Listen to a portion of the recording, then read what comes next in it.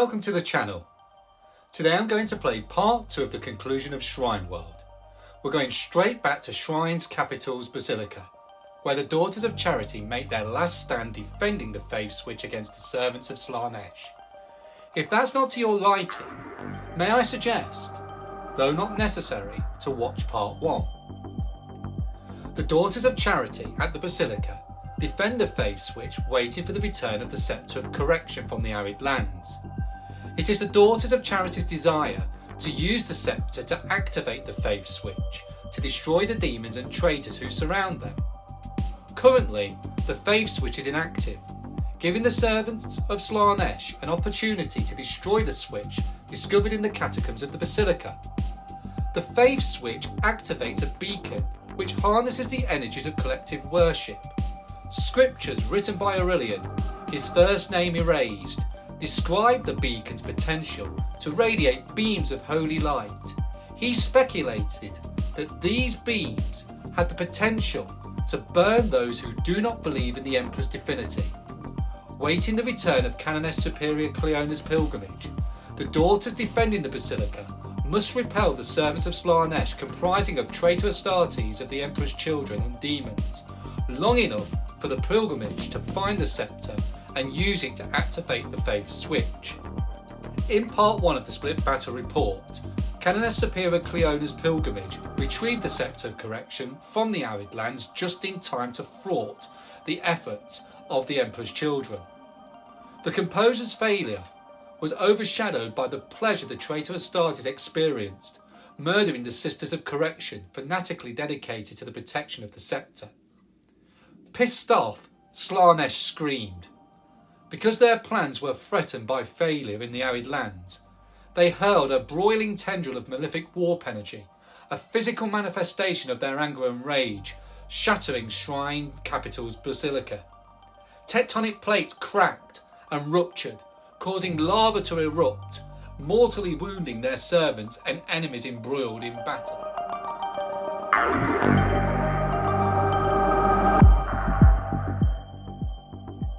As described in the build-up to part 2 at the Basilica, Slaanesh is pissed off with their servants in the arid lands for failing to capture the Sceptre of Correction. That makes the job for the demons here much harder.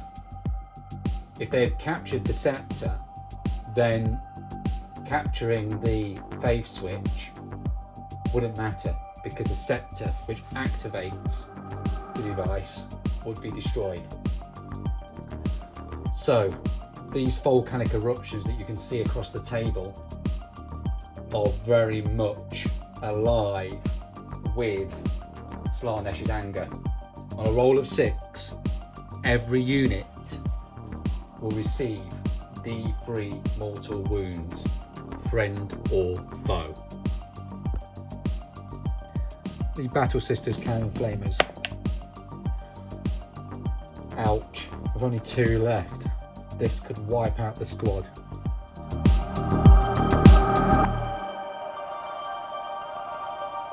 So D3 mortal wounds. 2. Only 2 left. Let's see what happens. They both die. The Battle Sisters. D3 mortal wounds. 3 mortal wounds.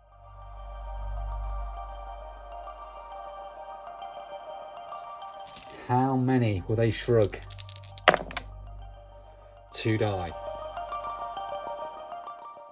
The Battle Sisters. D3 mortal wounds. This is good for the Keeper of Secrets. 2 mortal wounds. How many do I shrug? Neither of them.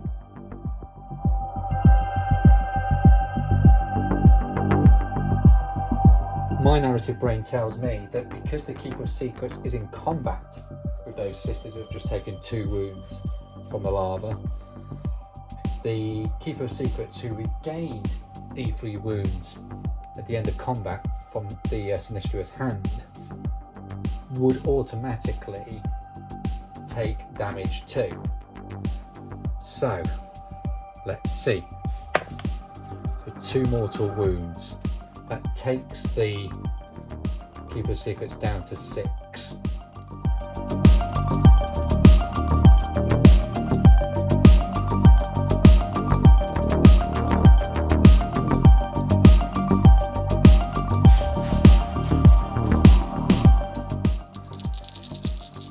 They're going to need at least 4 of them. Good rolling. So discard those. I have 5 Warp Storm points. Even the most hopeless battle can be turned by a spark of divine inspiration. The Battle Sisters, carrying Melter weaponry, have fallen back using Judgment of the Faithful, so that they can fire at the exposed Keeper of Secrets. On wings of fire do the angelic warriors of the Daughters of Charity take to the skies to move to where the Emperor needs them. And in this case, they have used angelic ascent so that they can, at the start of the movement phase, be redeployed 9 inches away from Shalaxi. Using angelic ascent in turn 1, the Seraphim have redeployed from the Basilica behind Shalaxi. But before they land, they have an opportunity to fire their Inferno pistols, Plasma pistol from the Sister Superior, and bolt pistols. So let's start with the Inferno pistols.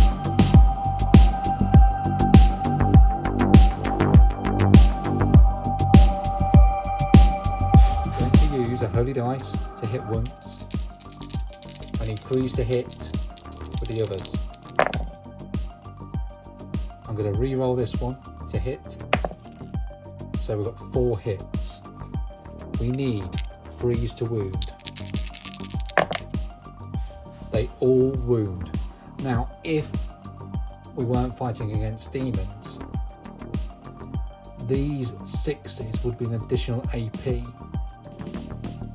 due to the right that's in play for the Daughters of Charity, which enables them to increase AP by 1 if they roll 6s.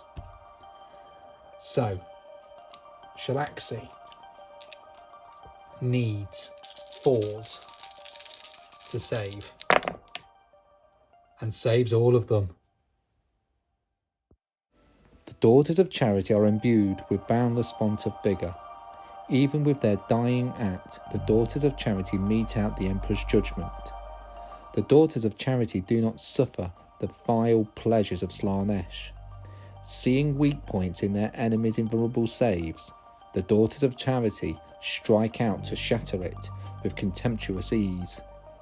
The Daughters of Charity are filled with a burning passion to inflict suffering upon the faithless. The Emperor's radiance shines upon his warriors, emboldening them amidst the thick of battle. The Battle Sisters carrying Melters, who fell back, use Judgment of the Faithful so that they can fire this turn. However, their multi-melter will be hitting with a penalty of -1 because it moved. So I'm going to use Blind Faith so that we ignore that penalty. So let's start with that. So we need 3s to hit. Both hit. These are Strength 8, Toughness 3. Bear in mind, the Keeper of Secrets has already taken damage from the volcanic eruption caused by her liege. So let's see what happens. 1 wound, I am going to re-roll. 2 wounds. So 4 of them. 1 save, 1 doesn't. It's D6 plus 2. So let's see what happens.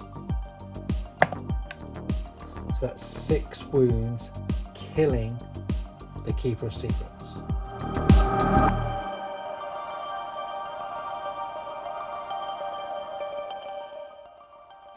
So the Retributors carrying the heavy bolters are going to fire at the Seekers. They are the next big threat that's going to hit that centre ground. So let's see what happens. Usually a Retributor would ignore cover. These are demons. Demons don't use cover because of their special invulnerable saves. So we need 3s to hit. Okay. Again, additional AP with Divine Guidance, doesn't really matter. 3s to wound. Okay, so 4 wounds. These will kill a Demonette riding a Seeker. So 4 ups, 2 die.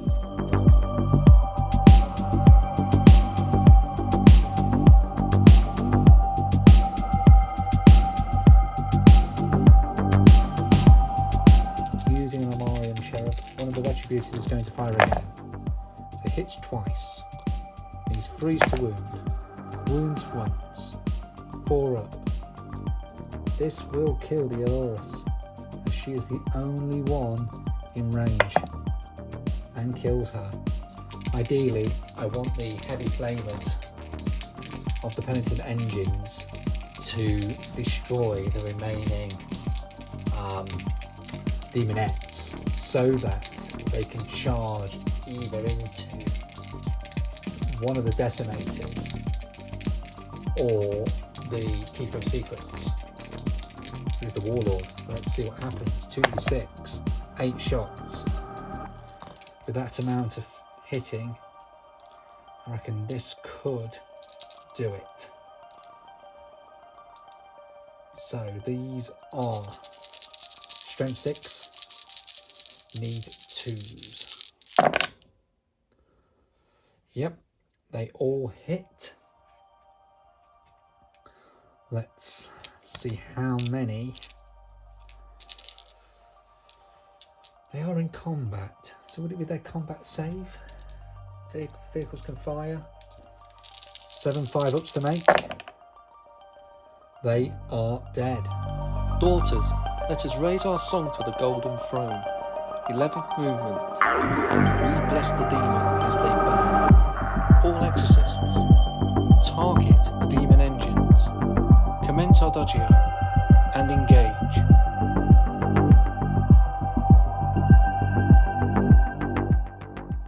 (3d3) exorcist missiles at the Decimator, being fired so accurately at the battle systems in turn 1.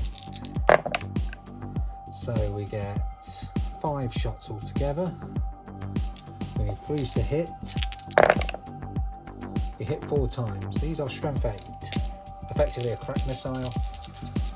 They need 3s to wound because the Decimator is tough to 7. They all wound. They are -2 AP, so we need 4 5-ups. We save 1, so we've got 6d6 damage, 3d6 damage to do, sorry. 6d6, wishful thinking. Okay, let's see how much damage is done. So altogether, 13 wounds are caused. Exorcist at the close combat Decimator, 3d3 hits, so altogether gets 7 hits. Need 3s to hit. 5 hits. Needs 3s to wound. 3 wounds. Saves on 5s. None of them. 3d6 damage. Another Decimator is destroyed. Does it blow up? No.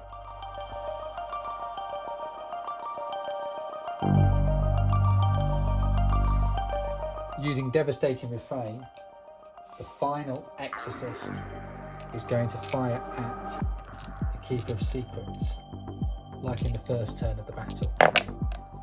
So that's 9 shots Crikey. The demons are taking a punishment this turn. Freeze to hit. So that's 6 hits. Strength 8. Toughness 7. Need freeze. 4 saves of 4 up to make. If any time a demon save is needed, it's now.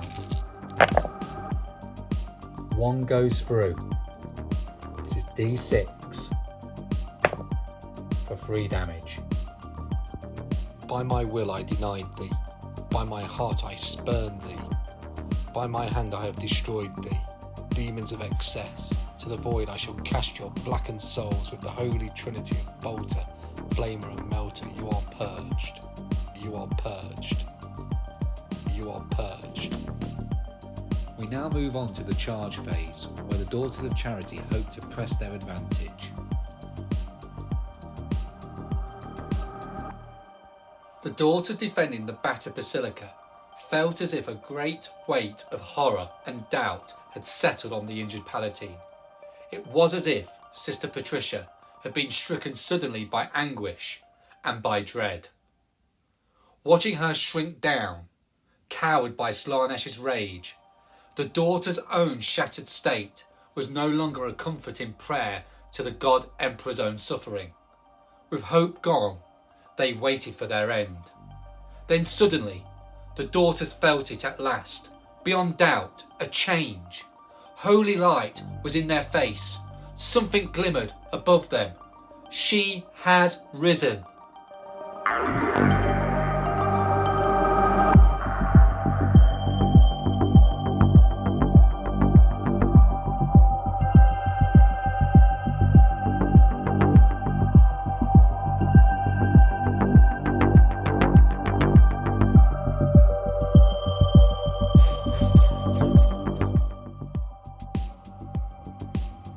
Living Saint Magella, who has moved very quickly and easily through the air from a high position to swoop down in order to attack, is going to charge into the fiends with the Gemini sisters. So let's see. With a 7, she will be in. Palatine Patricia, who's been injured by Slaanesh's rage. Let's see if she gets in with the fiends. She does so with a 10. The Dogmata, who was able to successfully pray for blazing piety. Let's see if she gets in. She does.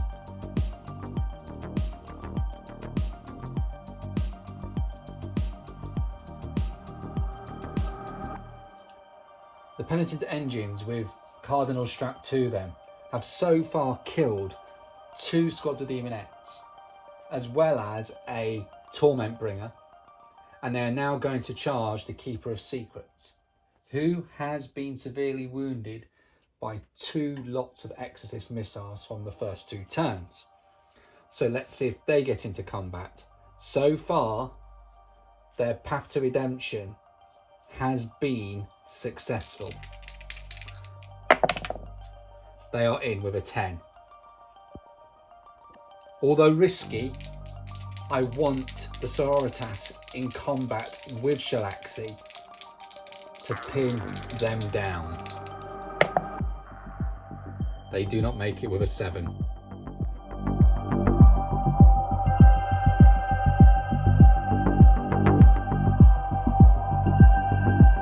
The Warp Storm is going to be activated at the start of the fight phase, so that the Slaanesh demons get to fight first with mesmerising dance. We'll start with the Keeper of Secrets, and then we will move on to the fiends. Now obviously they're going to have to alternate going first, so yes, the Keeper of Secrets will get to fight first, but then it might be Living Saint Magella or Palatine Patricia who goes next before the fiends, unless Slaanesh the Slaanesh demons want to interrupt so that both of their big units in combat get to fight first. I haven't yet decided that yet, but let's see what happens.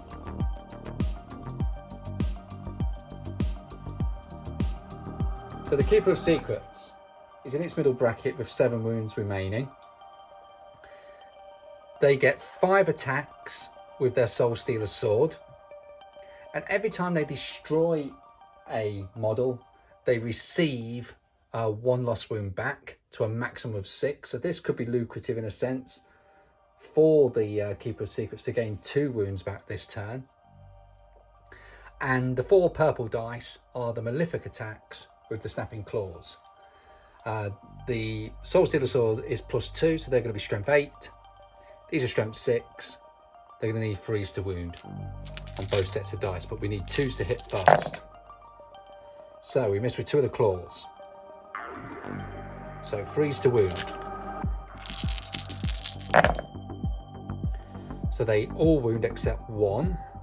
So we have 4 Soul Stealer hits to resolve with -3. They go straight through, causing 3 damage each. And the Snapping Claws are -4 as well, and they go straight through, doing 3 damage. Because the Penitent Engines are berserk killing machines, on rolls of 5 and 6, the damage caused by the Soul Stealer sword, as well as the claws, can be shrugged on 5s and 6s. Well, let's see how many we managed to shrug. Not enough to save the Penitent Engines. They are now redeemed in death.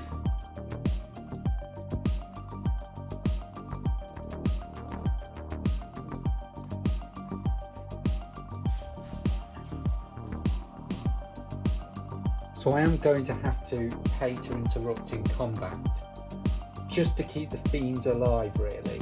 Because they're already in combat, they're not going to be able to manoeuvre in any consolidation move to get into a better position to fight the Living Saint Magella, the Gemini, the Dogmata and Palatine Patricia. So we're going to have 3 fiends fighting the Penitent Engine on 1 wound.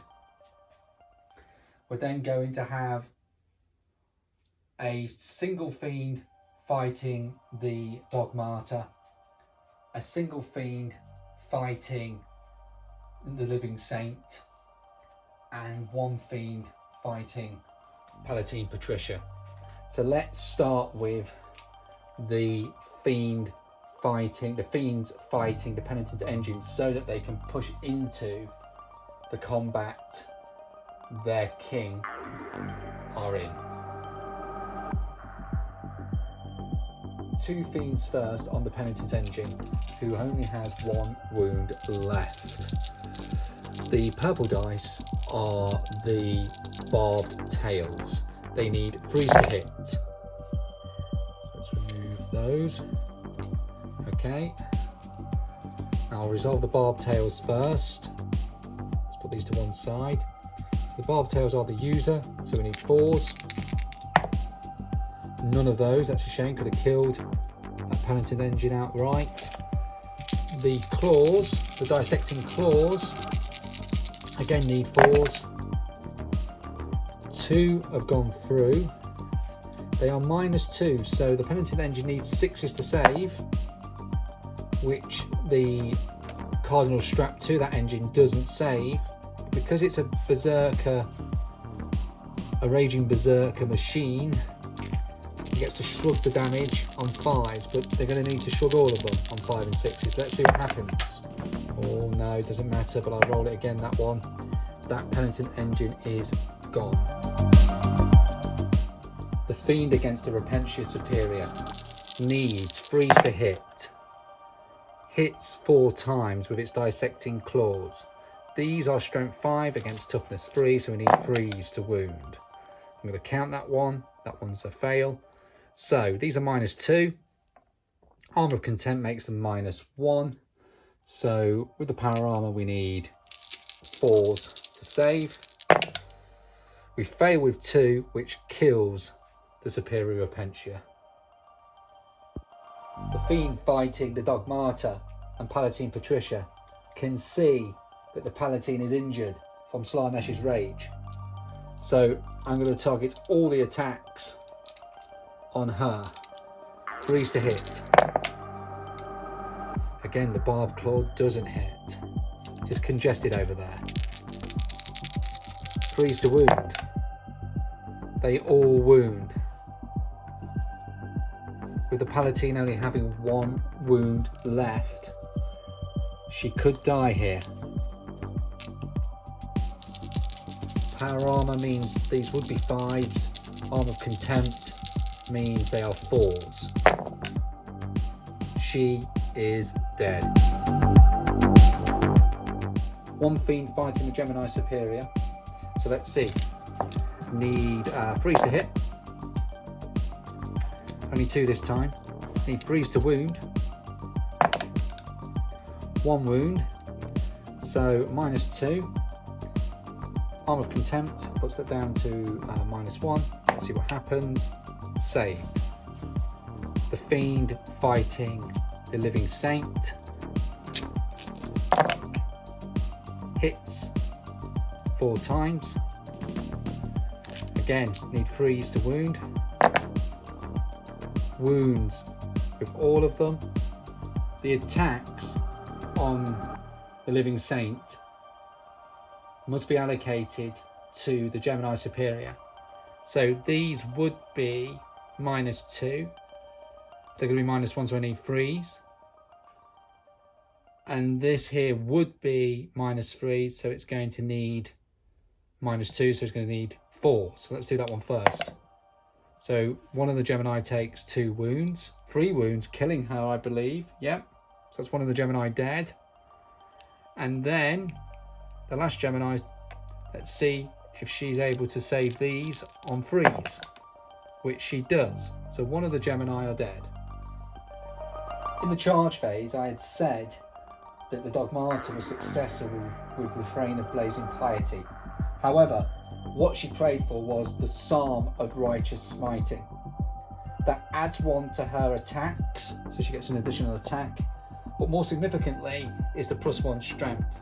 That means her Mace of the Righteous is now hitting at strength 6 rather than strength 5, meaning that she only needs freeze to wound rather than 4s. However, the Fiends are very musky, and I'm going to have to subtract 1 from her hit rolls. So rather than hitting on 3s, she is going to be hitting on 4s. So let's see whether that ability impedes her prayer. I must also mention that if she's in engagement range, at the end of combat, she'll get to fight again. So let's see what happens. She needs 4s to hit. She hits twice. That would have been 3 times. Okay, she needs freeze to wound. She wounds once. 5 up invulnerable. Not saved, so that Fiend takes 2 wounds and has 2 left. We're now going to move on to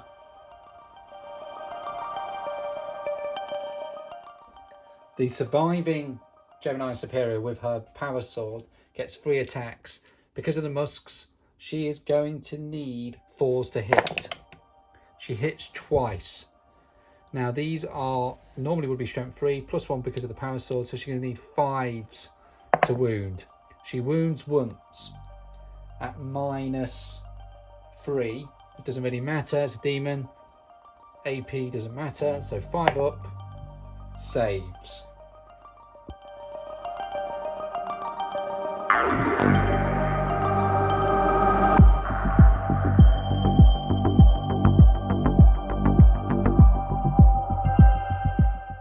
The Living Saint gets 6 attacks, even though she's been resurrected by the collective energies of worship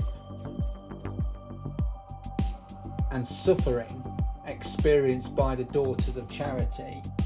She's still affected by the musks, so she would normally need 2s to hit, but she's going to need 3s. So she fails to hit twice. Okay, her strength is strength 3. She's hitting with the Ardent Blade, so I'm using the Celestine profile. So it's +4, so she's going to need freeze. Now these two are automatically resolved. 2 mortal wounds each. These two here. The fiend gets a save. So that's 1 fiend dead. The other one who's fighting them, let's see what happens.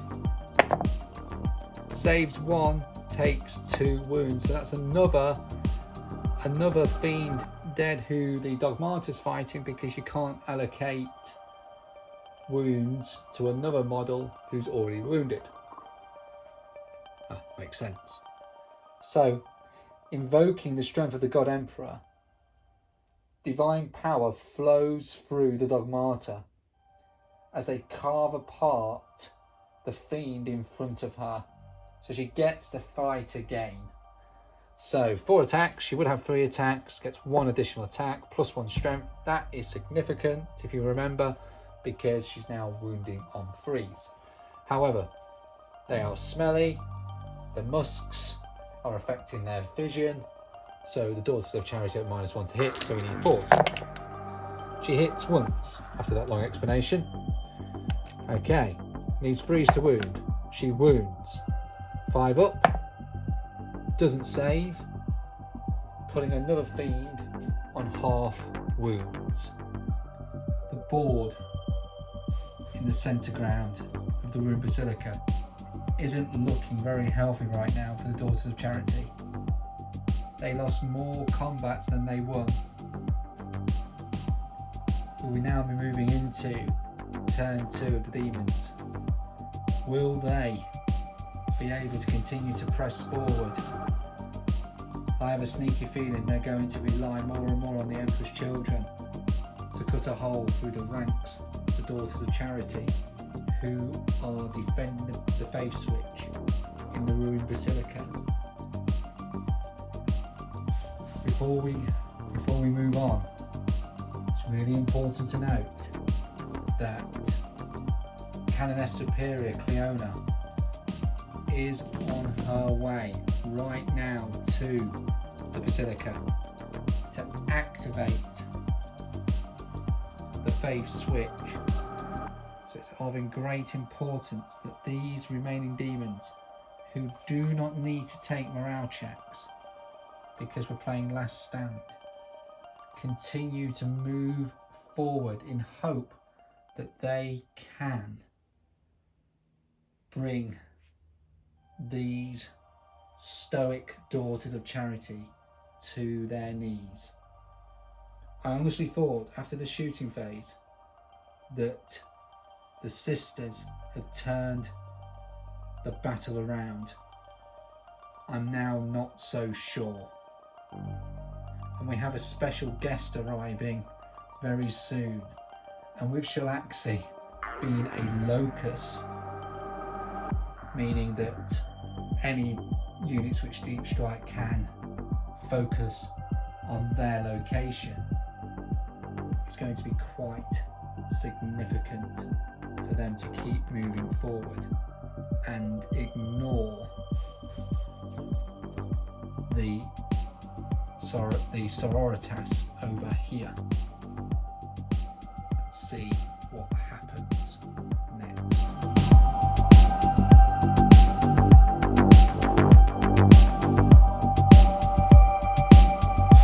Daughters, looking down from the parapets of the broken basilica, wouldn't be surprised to see how fast the demons have moved towards them. After all, they've been fighting against these creatures of the wall for long enough to know how they move. But what would be disconcerting to them would be the slaughter that's happening below. There are sisters there that they have followed the pious pathway together. Watching them be murdered would cause great pain and sorrow.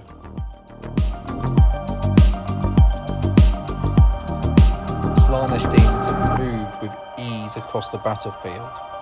They are all in an optimal position to charge the remaining Daughters of Charity in the centre ground, and they will hope that this will be the last resistance they will face until they reach the defenders of the Faith Switch, who they must kill to stay in the material plane, away from the desires of their demon sire, the Pleasure Prince, Slaanesh himself.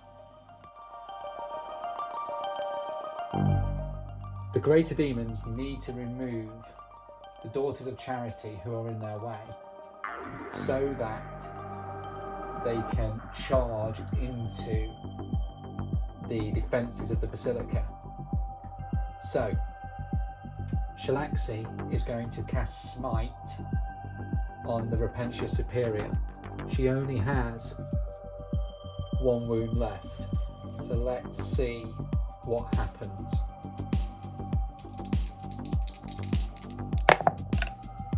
Goes off, it's a super smite.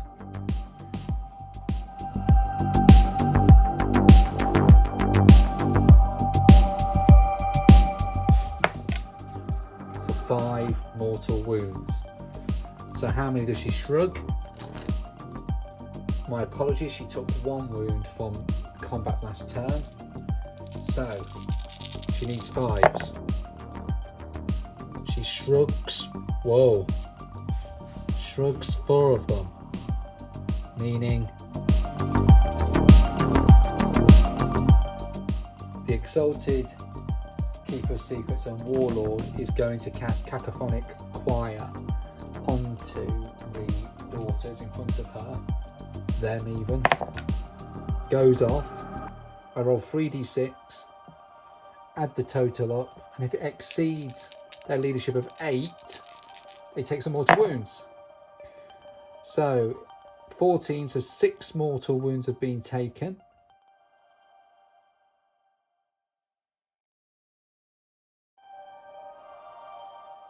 There are 3 daughters left. Let's see if I can shrug any. I do not.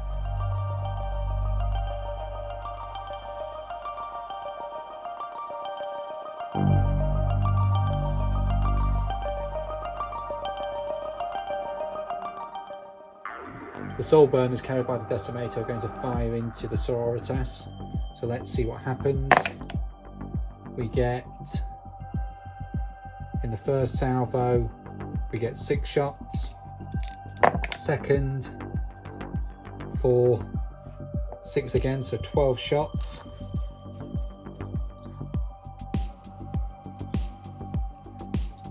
Going to need 3s to hit.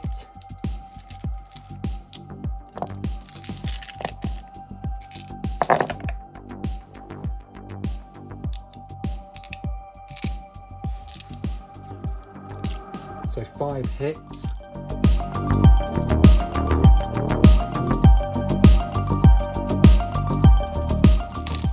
Not great, but these cause mortal wounds, so I need 2s. And how many do I shrug?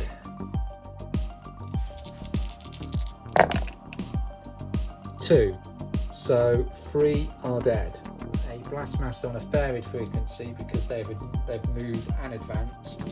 So it's assault 6. We're going to need, well, we would need 4s to hit, but Emperor's Children ignore all modifiers. So let's see what happens.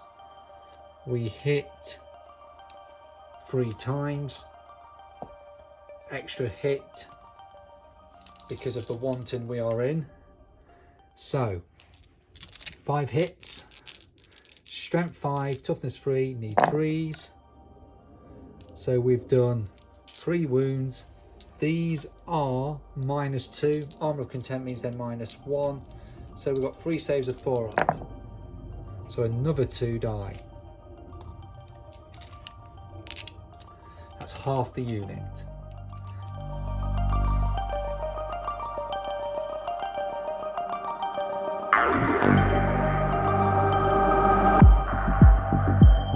Because of Wanton Massacre and the sonic blasters being assault weapons. Any 6s will be additional hits. So we missed 4 times, so we've hit 8 times, but 7 times. You were shouting at the screen then, I could hear you. So we get 2 additional hits, so we've actually hit 9 times. We need 3s to wound because they're strength 4. Okay, so we wound 6 times. The 6 is an additional AP, so that will be -1, that one, so let's do that one. Fails to save, so that's another gone, so there's 4 left. And then these here could kill the sisters. 5 dice. And it kills another 3, so there's only 1 left. Flame Retributors are going to cause those demonettes some significant harm when they charge. So we're going to use excruciating frequencies to help shift them out the way. Blastmaster on 30 frequencies needs 3s to hit. Okay, it hits 4 times, gets an additional hit because we're in Wanton Massacre. It's strength 5, toughness 3, need 3s. Okay, so that one is an additional AP. So that is -2, so we need a 5. Fails, so that's 1 dead. The other 3 are -2, so they're going to be -1. So we need 4s. So another 1 dies. That's 2 dead so far. A 6 was rolled there. So that's a mortal wound. Can we shrug it? Yes, we can.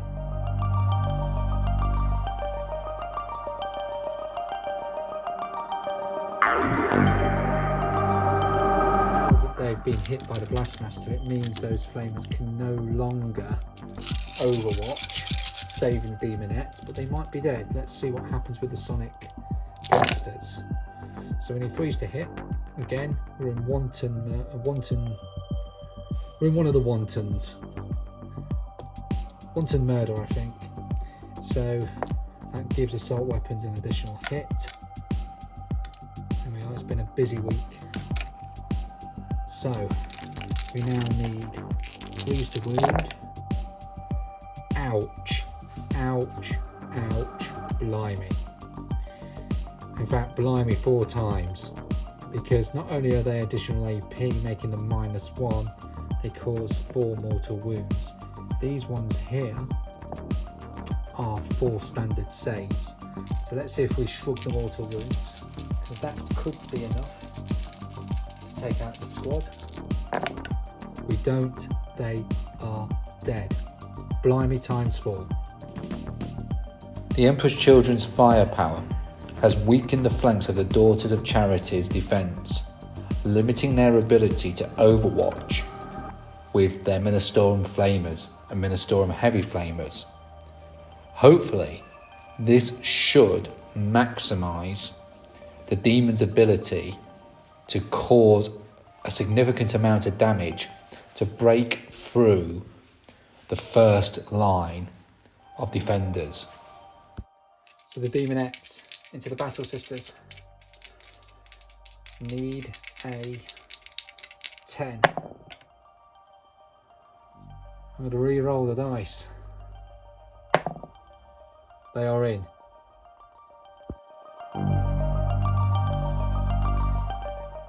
Because of Insatiable Onslaught, the Exalted Keeper of Secrets and Warlord only needs a 7 on the dice. And is in with 8 plus 2, 10.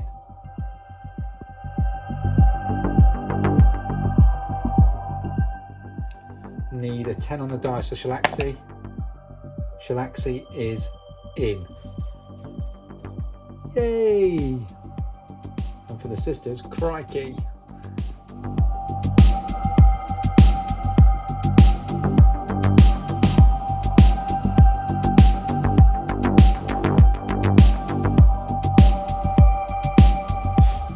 The unfulfilled desires of the miry, desperate souls surge through the demons, filling them with ravenous appetite for cruelty and slaughter that drives them on with ever greater urgency towards the broken Basilica where within the faith switch lies.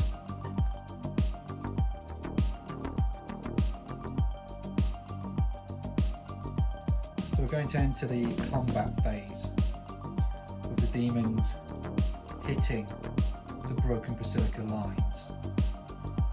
All the demons in combat will fight first, regardless of whether they're charged or not, because the warp storm is in play for the entire turn. The difficulty the demons have is that they are charging the same unit. So the demonettes here are charging the same unit as the Keeper of Secrets, which in turn the Seekers are charging the same unit as Shalaxi. That could be dangerous because I don't expect these sisters to survive. Overwatch was unsuccessful, but the charge phase could leave these demons exposed after completing combat because of where they are positioned for the Retributors here to attack back.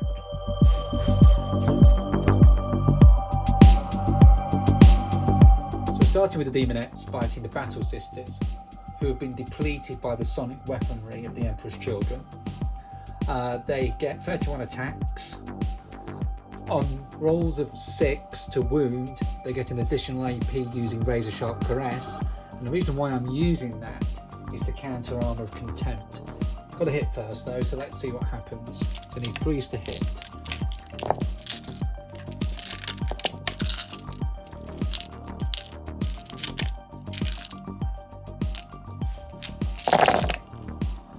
So I can re-roll the 1s thanks to the Exalted Keeper of Secrets and Warlord. So let's do those. Can you see any more? No, let's take out the 2s as well. Okay, so let's carry on with the hitting.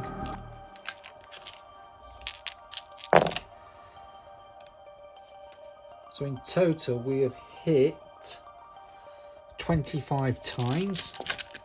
These are strength 4, toughness 3, need 3s, 6s on additional AP.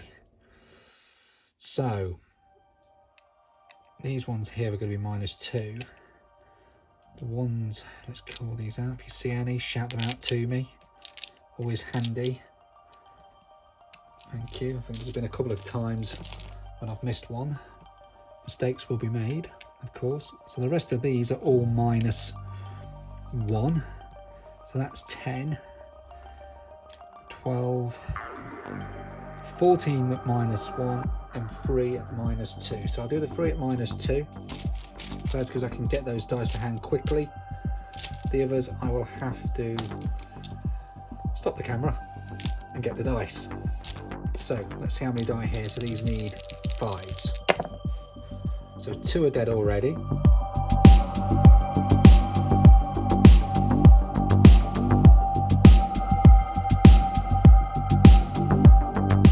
Total, we have 14 of us saved to make at -1, so these are 4-ups. I'll treat that as a save. So that unit is now dead, and that is a significant, what word can I say? It's great that the demonettes have killed them, but it's going to hinder the Exalted Keeper of Secrets because now they are no longer in combat and could potentially be exposed to the firepower of the Retributors next turn. Bear in mind that they only have 7 wounds left. Bolt of Fire could do it, Heavy Bolt of Fire could do it, certainly. So let's see what happens, or a crack missile from the Exorcist. I realise it's got a different name, but it's a crack missile. So let's move on.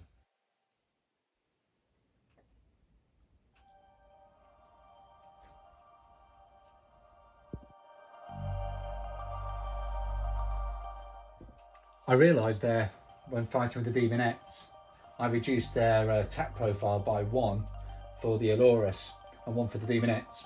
Didn't matter anyway, but a mistake was made. So we're moving on to the Seekers against the Battle Sisters. They're going to use their Lashing Tongs first. These are malefic hits. So let's see what happens. Okay, not bad at all. I believe that is 11 hits. These are strength 4, toughness 3, need 3s. So altogether we've got 8 wounds, no 7 wounds to save. So 7 wounds in total to save, 3 ups. Okay, so 2 die.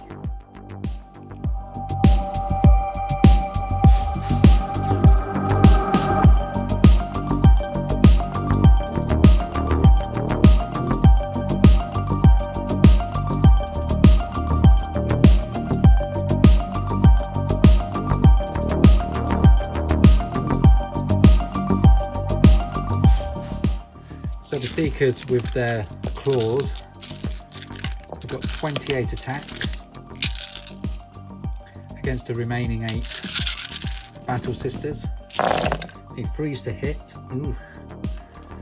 Oh, well, this might mean Shalaxi actually has something to fight in combat. Let's see what happens. Okay. Need 3s to wound.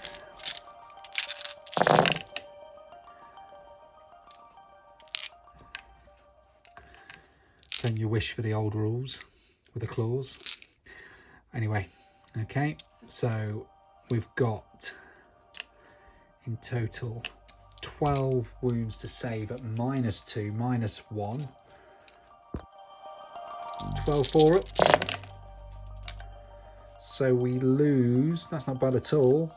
We lose a third, so we lose 4. 2 from the tongues, so we've got 6 dead. Because 6 have died, it makes sense for me to take from there, despite the armaments of those Battle Sisters, and have Shalaxi fight the remaining 4 here.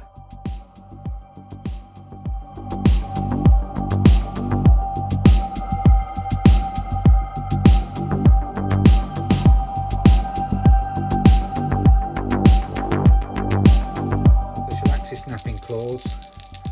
These are an additional 4 attacks, malefic 4, no more no less. So we need 2s to hit, they all hit. We need strength, these are strength 6. So let's see what happens. We need 2s to wound, they all wound. They are -4, so they're -3, so we need 4 6s. This could kill those remaining 4 Daughters of Charity, which it does. The pitter-patter of rain you can hear aren't the tears of Liz Truss, but the tears of the Emperor. Because if we look at the line of defenders protecting the broken Basilica, protecting the entrance to the Faith Switch, they are gone. It's not looking good. Still plenty to play for, however. We're going to move on to the Demonettes here. Now, there are 6 Demonettes in that unit. You will notice that there are 2 Aloruses. Now, the reason that has happened is because this Alorus here, her 9 Demonettes have died. She's not going to run up the field on her own. She's going to join the next group of Demonettes. So I'm going to resolve the combat with 2 Aloruses. Narratively, that makes sense to me. They were fighting the Archoflagellants over here. They've now ran forward together to continue the battle here. Unfortunately, I made the mistake of trying to use Overwatch against the Exalted Keeper of Secrets and Warlord over there, and really, I should have used it just here with the Flame of Weapons. Heat of battle, things go wrong. So, let's see what happens next. So in total, we have 22 attacks with the Demonettes. Let's see what happens. Freeze to hit. So we are in range of Shalaxi, so we can re-roll the ones. So we'll do that. There's another one there. You were telling me that, weren't you? So let's just move those to one side and resolve those.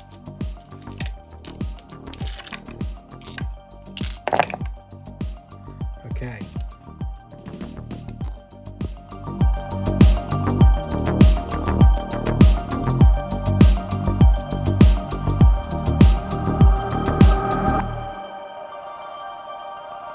We've hit 15 times, so we need freeze to wound. That counts as one. Okay, so we've wounded 12 times.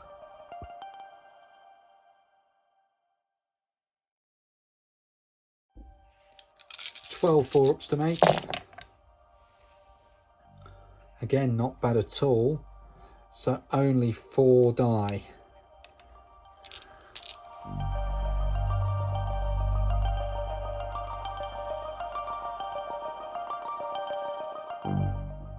Because the Living Saint Magella has a greater presence in the warp than the Gemini, the Demonettes are going to focus all their attacks into her.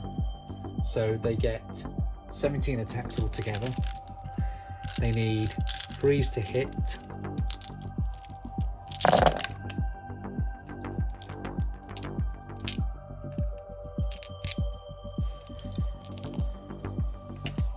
So 13 of hit.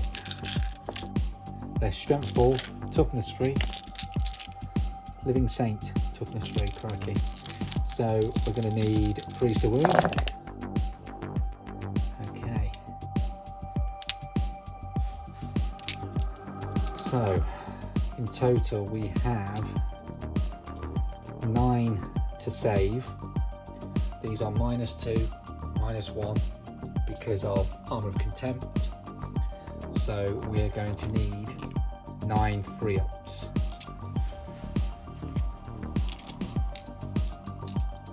I think this is the Amazon man. We'll see if he rings the bell. Isn't it tense waiting? It could be my next door neighbour coming home for my books. She's a librarian. It's a good job at the local university. So we need freeze to save.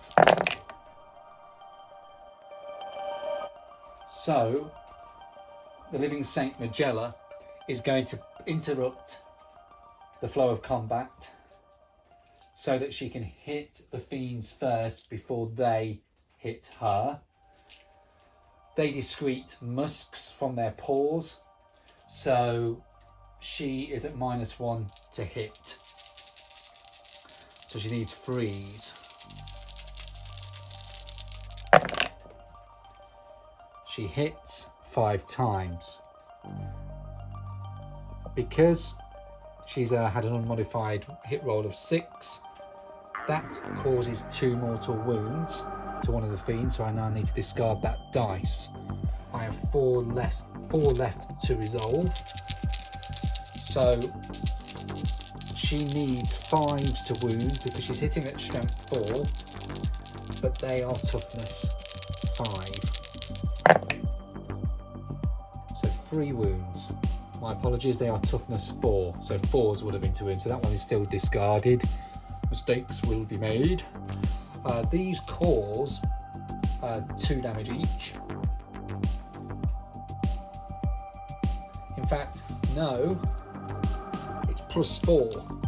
So she's hitting at strength 7 against toughness 4.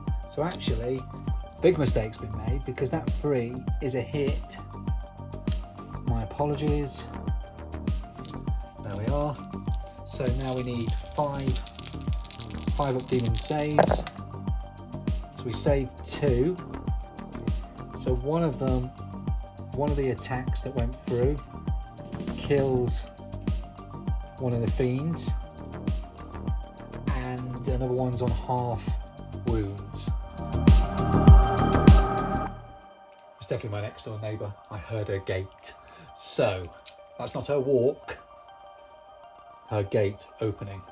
So, we've got one fiend left to fight the living Saint Magella. Gets 4 attacks. It also gets a malefic attack with its barbed tail. So it needs freeze to hit all round. The purple dice is for the barbed tail.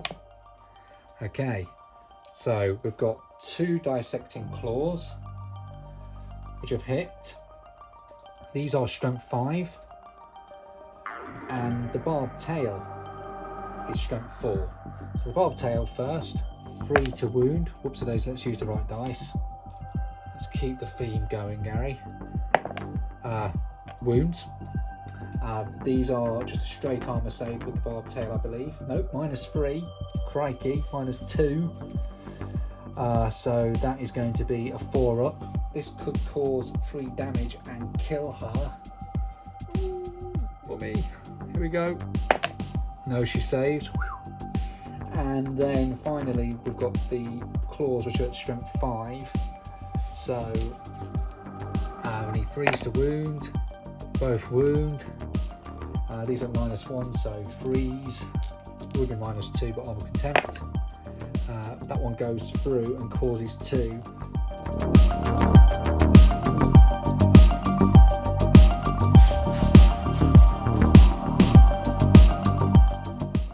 The Blissbringer against the Dogmata. Now you might remember the Dogmata from the part 2 of the Shrine World series.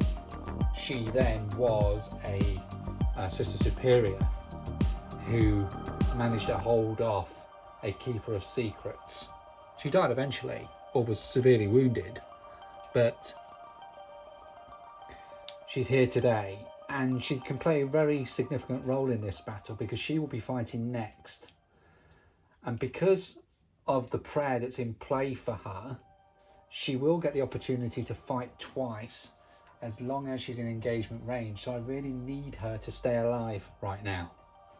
She needs to channel her inner Barry Gibb to do so. So let's see what happens. Obviously the Blissbringer has a barbed tail as well, has an additional attack. So rather than having 4 attacks like a fiend, they have 5 and 1 barbed attack. So let's see what happens.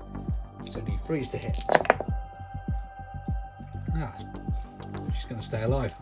Good. Hopefully. So it's strength 5 with the barbed tail. So needing a 3 to wound. Wounds. It is -3, so it's going to be -2. So let's see what happens. We need a 5. She takes 3 damage. She's on 1 wound left. Did I speak too soon? Right. The claw. We're going to need a 3 to wound. Doesn't wound.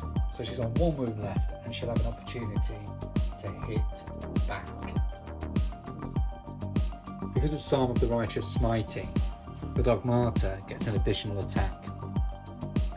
She also gets +1 to her strength and additional AP. 1 additional AP, but that's not going to really matter because obviously we're playing demons. The key really to this prayer is the end of the fight phase. If she's in engagement range of an enemy unit, she can fight again. Chances are she will be. So she gets 5 attacks. She's hitting on 4s. And let's see what happens. She gets +1 strength as well. So she would normally be hitting on strength 5, but she's going to be hitting on strength 6. She needs 4s to hit. So she hits 3 times. She's going to need 3s to wound. Wounds twice. The Blissbringer needs 5 ups. 1 of them.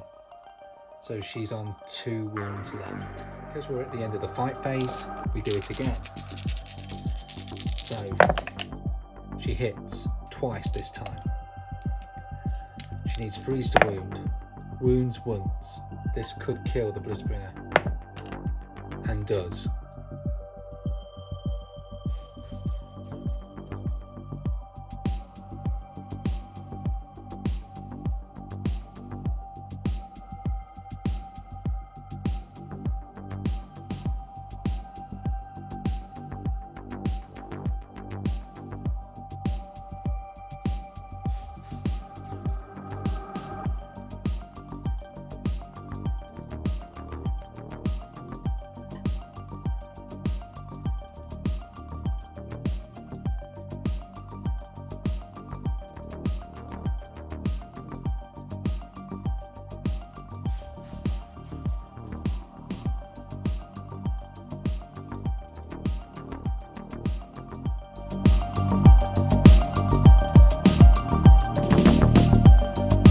So the turn 3 Warp Storm.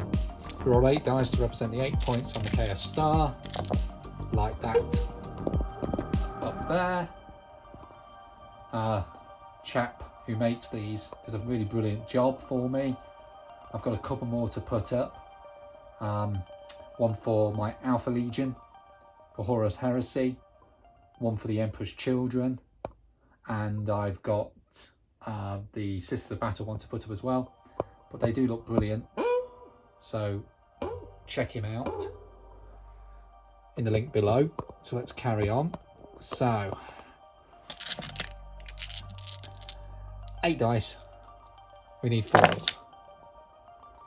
Oh, like the numbers of demons left on the board, the power of the Warp Storm is dwindling to 3 Warp Storm points. That is going to be rather significant, I think, because it's going to stop them from doing Mesmerizing Dance to fight first.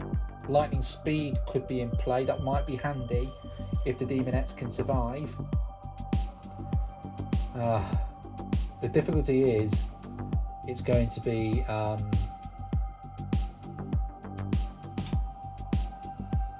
difficult. So as we enter turn 3 for the Daughters of Charity, I'm filming in this direction because what is left of the defenders have got to deal with the demons in front of them.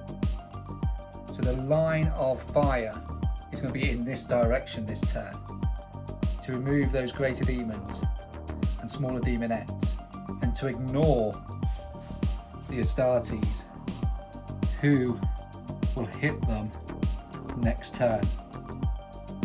If we're going to defend the Faith Switch, we have to focus on what's in front of us. It's looking rather bleak for the Daughters of Charity right now. If I zoom in, you can see there is nobody left to defend that part of the broken basilica except the heavy weapon team there, the Retributors. So we're going to extricate ourselves out of combat here, and we're going to dedicate all our fire power into the demons here, and knowing that there's going to be no respite, but that's our only chance of real survival. If we start trying to pick off the Astartes, who will continue their march up the board, some down here as well, you can see, then we're in real trouble. Everything has got to deal with these demons.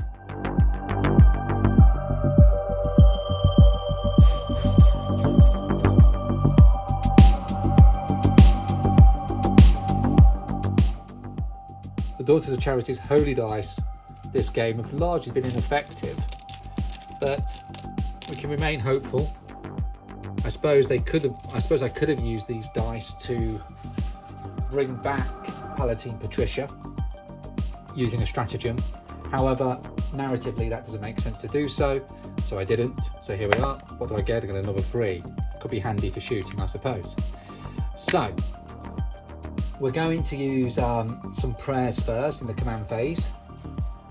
We're going to do Blazing Piety to cause D3 mortal wounds against Shalaxi. So let's see what happens there. We need a 3 for the prayer to go off. It goes off. Shalaxi isn't wounded yet and is Locus. So if the demons have any units in Deep Strike, they will be able to pinpoint their materialization.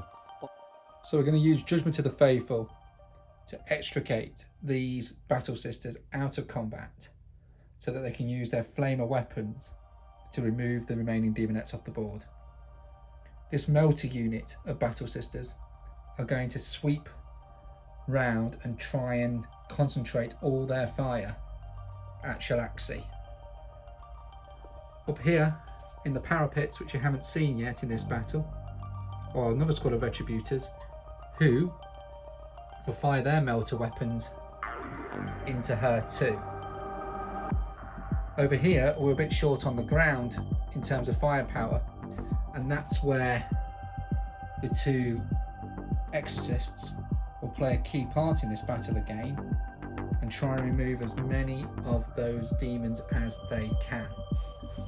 The sisters with their jump packs are going to fly and target the demonettes. I think they'll have better chance of killing them than taking on the greater demon or the seekers, who will have a better toughness. So let's get that movement done.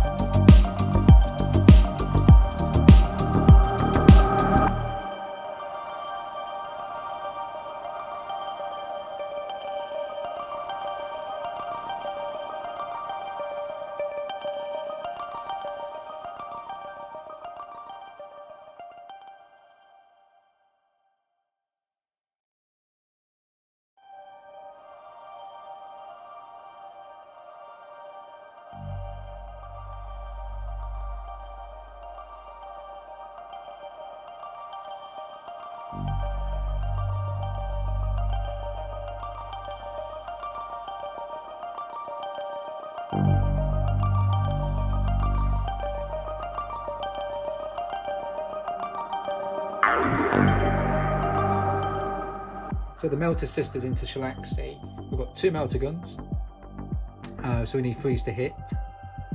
So let's see what happens there. So 1 hits, toughness 7, so we're going to need a 3 to wound, and wounds. Shalaxi needs a 4-up save, and saves that. These 2 here are multi-melters, heavy multi-melters, so, well, they're multi-melters, aren't they? Heavy multi-melters. They're melter guns, multi-melters, but they are heavy weapons, and they have moved. The sisters have moved, so they're going to need 4s to hit. So I am going to use a heavy dice for 1, and I need a 4 on this dice, and I don't get that, so 1 hits. We need a 3 to wound. Wounds. Shalaxi needs a 4-up save. Doesn't. He takes D6 plus 2 damage. So 7 hit points are taken. Bear in mind, Shalaxi's already taken 2 from Blazing Piety, which brings them down to 9.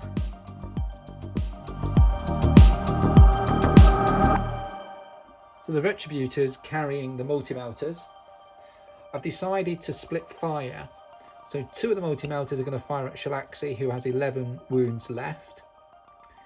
The other 2 are going to fire at the Keeper of Secrets, the Exalted Keeper of Secrets and Warlord, who has 7 wounds left. Now, they have had to move around on the parapets to get into a optimum shooting position. Now, I would have thought if you're in a defensive position, it would be very easy for you to maneuver within that piece of terrain to get into the optimal position without taking any penalty. But I'm playing fairly, so I'm going to use blind faith to ignore the ballistic skill modifier, which has occurred because they've had to move around a little bit to get into those firing positions. So we'll start with Shalaxi. We have 4 hits, need 3s, so they all hit. They need 3s to wound, 3 of them wound. Okay, so we need 3 saves of 4 up. So 2 saved, 1 goes through. This here is just D6. Shalaxi has 11 wounds left, and so he's now down to 10. Oh dear, shouldn't have split fire. Oh well.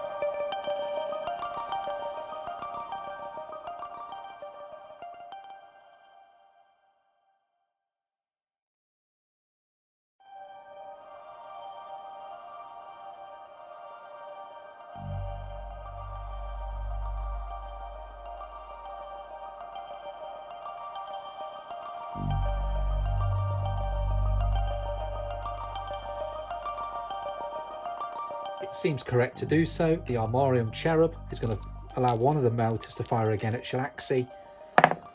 1 hit, 1 wound, 1 save.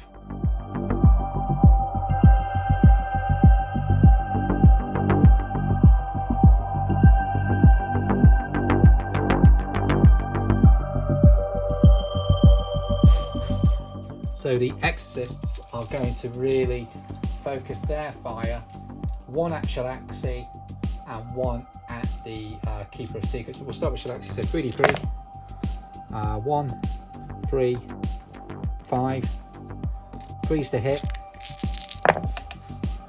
2 misses, strength 8, need 3s to wound, 1 wound, 4 up save, doesn't, d6 damage for 6. So Shalaxi is now down to 4.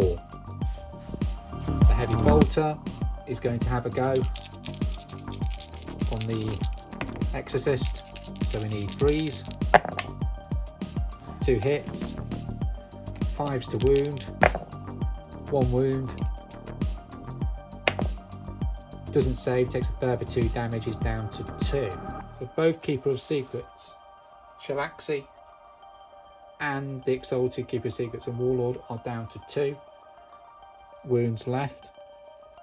Unfortunately for the sisters, I have nothing left to fire at the at Shalaxi. If we just go across here, this side of the board is pretty much fired. I'm saving the Exorcist on the left to fire at the remaining Decimator. That seems to be very effective this game. So the only things left to fire are the Exorcist here at the Keeper of Secrets to try and kill it off, and then I will decide what these Bolter Retributors are going to do. They may possibly put all their bolter fire into Shalaxi to kill them off, or they might split their fire to take some of these demonettes out. Remember, they only have to reach the faith switch to win the battle, so it's imperative really that we kill as many of the demons at the front as possible. So Sorry about the creak of my camera frame. It's not my bones. So let's carry on. So 3d3 Exodus missiles at the Exalted Keeper of Secrets. So 3, 6, 8.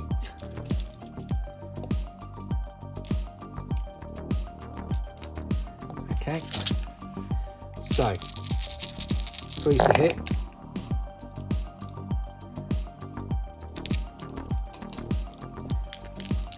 So 6 of wound, 6 of hit. Let's see how many of them wound. 5 of wounded. If there's ever a time when an Exalted Keeper of Secrets needs its invulnerable save, it's now. It can't afford to not save any of these. Not fail any of these even. Oh, didn't do too bad really. I'm going to re-roll that one on the chance that the damage caused by that will be a 1. No. So the Keeper of Secrets is dead. Just to see how much damage they took. 9 wounds. So news from the BBC. Because the Demonettes made the majority of those saves from the Sephirim's pistols, I've decided that I'm going to have to use the Retributive Heavy Bolters against them.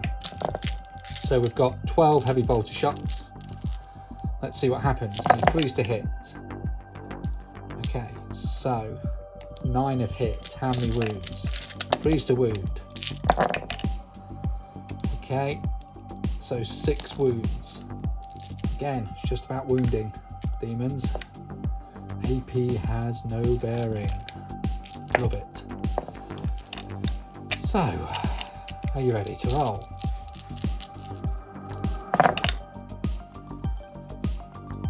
So again, 4 have saved. 2 dead. So 3d3. 3, 6, 7. So 7 hits. Possible hits. 3's to hit. So 6 hits. 3's to wound. Hit strength 8. 3 of them. 3 4-ups needed. Shalaxi is dead. So the lone gunslinger, sorry I meant the Sephirim, with the 2 Inferno pistols needs 3's to hit. She hits twice. She needs 2's to wound. She wounds twice. These are -4, so they cut straight through. So D6 plus 2. Let's see what happens. 1 Noise Marine dead. And a second one dead. Fantastic. The Sisters of Battle are experts at mid-range firing. And from that round of shooting, they've been very successful. However, the difficulty for them is that they didn't have enough Sisters left to fire at the Seekers. So they will make a run to take control of one of the entrances to the Faith Switch in that part of the Basilica there. These Sephirim are going to charge into the Demonettes to try and finish them off. I did consider, do I charge 2? As long as I stay in coherency, I can hold both off, so that's a possibility. I need to think about that. Over here, we still have combat with the Living Saint and the Demonettes and the Dogmata. And this lone Seraphim, who is a saint in the making, is going to charge into those Noise Marines. Now, you might be thinking that the demons here are losing this battle. However, the Emperor's children are largely, the infantry are largely unhurt. So if they continue in the same vein as before, they're going to cause significant harm to the Daughters of Charity and still have time to take control of the Faith switch. So let's see what happens next. So the Sephirim are going to charge into the Demonettes. Yep, they make it with a resounding 11. The Saint in the Making is going to charge the Noise Marines. She is in with a 4, just. However, they are going to use their sonic weaponry to shatter her bones and turn her flesh to a bloody mash. Blastmaster needs 6s. Wow. Clearly these Noise Marines do not want to be in combat. They want to push forward. The demons have done their job. They've hit the lines first. They are expendable. The energy of Slaanesh can recreate them much more easier than Astartes. So the traitor Astartes are now ready to make their advance on the Faith switch. So let's see what damage these cause. These are strength 8, so we need 2s. Ouch. It's going to be -3, so -2 because of armor content. We need 5s. 1 goes through, killing that Saint in the Making.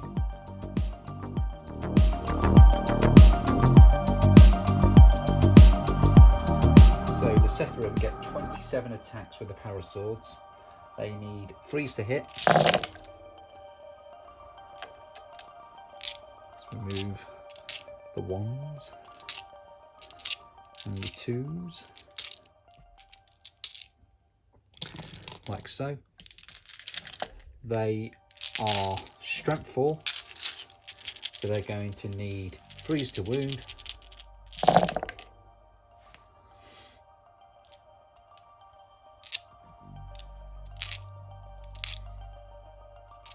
Not bad really. For the Demonettes, only a third of wounded. There are 1, 2, 3, 4, 5, 6 Demonettes. I would hope 3 will survive. Let's see what happens. Ideally, that would be good for the demons in Emperor's Children because it would tie up that unit. Let's see. Okay, so as predicted, 3 have saved plus 1 more, 4. Fantastic. So it will be time for the Demonettes to hit back after the Sephirim superior. With only a third of the attacks wounding from the Sephirim. We've got 9 saves to make with the Demonettes. There's only 6 remaining. Let's see what happens. 2 save, or 3 save, but that's not enough to save the unit because 6 have gone through. The invulnerable save that the demons have, killing them. So with the Gemini dead, the remaining Fiend and the Demonettes are going to concentrate all their attacks into the living Saint. She is an anathema in the warp. Her presence brings order to their chaos. They are the opposites and will want to destroy each other. So, starting with the Fiend then, gets 4 attacks with the dissecting claws and 1 with the barbed tail, that malefic attack, and 3s to hit. So we have 3 hits with the claws and 1 hit with the barbed tail. We now need 3s to wound. Okay, so this is going to be -3, so that's going to need a 5 up save. Could kill her. She's only got 3 wounds left. This one here is -2, so 4. I need a 4 on the dice. I'm going to roll this one first to see what happens. She is dead. Filled with anger, confusion and despair, the dog martyr's psalm of righteous smiting faltered. Anger, because she was powerless to stop the brutal murder of the living saint, the manifestation of her own faith. Confusion, because the god emperor's power wasn't supreme against the pleasure gods. Despair, because she has given herself to the shadows. Suddenly, without warning, as if being pulled from the pleasure god's riles, the dog martyr heard Saint Magella. She was alive. Believe, truly believe in the emperor of mankind, and you shall walk in his light no matter how dark the path you tread. Just imagine the collective pain and suffering the Daughters of Charity have just experienced, watching their living saint, Magella, who was once the leader of their holy order, die before them. Let's see if a miracle happens. On a 2 up, she rises again. So she's back up on the board. She stands back up and she needs to be outside of engagement range. Clearly, I've just removed the statue of the living Saint Magella, just for the sake of this, so you can see she needs to be as close as possible to where she died, but out of engagement range. And because she swooped down from here, I'm going to have her carefully move her. I really don't like touching this model, to there, so she's now out of engagement range. And she's there. The dog martyr, I would imagine, seeing the living saint die before her, would disrupt the prayer that she has in place this turn, which gives her the ability to fight again at the end of the fight phase. +1 strength, +1 attack. So it's now her turn to fight the fiend at -1 to hit because of the musks emanating from that fiend. However, she's only going to be fighting once because her prayer narratively has been disrupted by the death of living Saint Magella. So let's see what happens. As just stated, Psalm of Righteous Smiting is not in play, so she's not going to get any of the bonuses from that specific prayer because she's just witnessed the living saint being murdered by the fiends and the demonette's claws. So she gets 3 attacks. She would be hitting on 3s, but unfortunately she's hitting on 4s at the fiend. Clearly her concentration isn't there, missing with 2. She then hits strength 5, toughness 4. She's going to need a 3. So let's see what happens.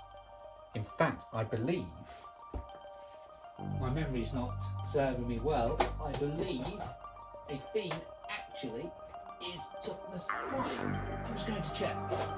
I'm sorry about the wait. Let's just see. I've got a feeling they're toughness 5. Let's see. She's certainly lost all focus. Well, you would, wouldn't you, if your living saint is a manifestation of your belief in the god emperor dies before you?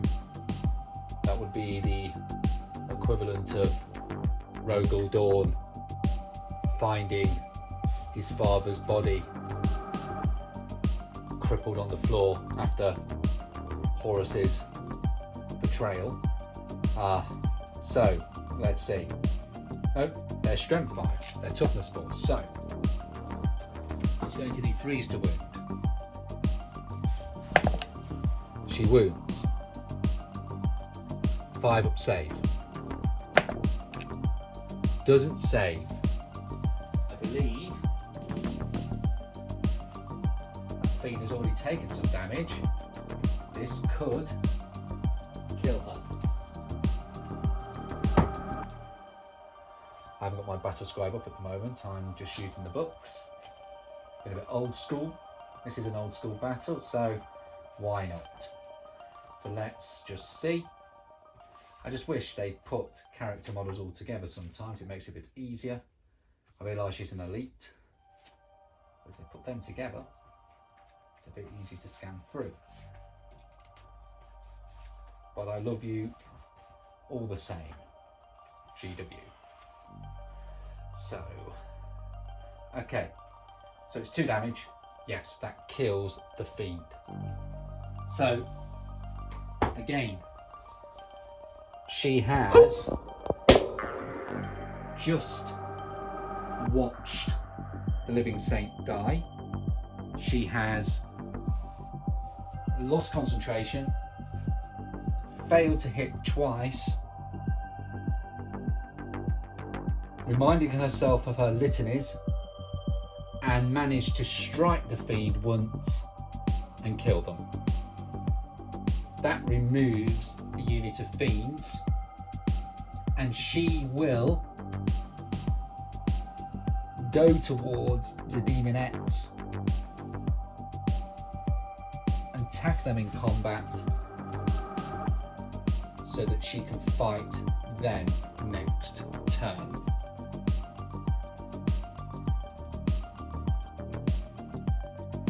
The noise you can hear in the background are the shells of gunfire on this battlefield. They're not really. It's Guy Fawkes night.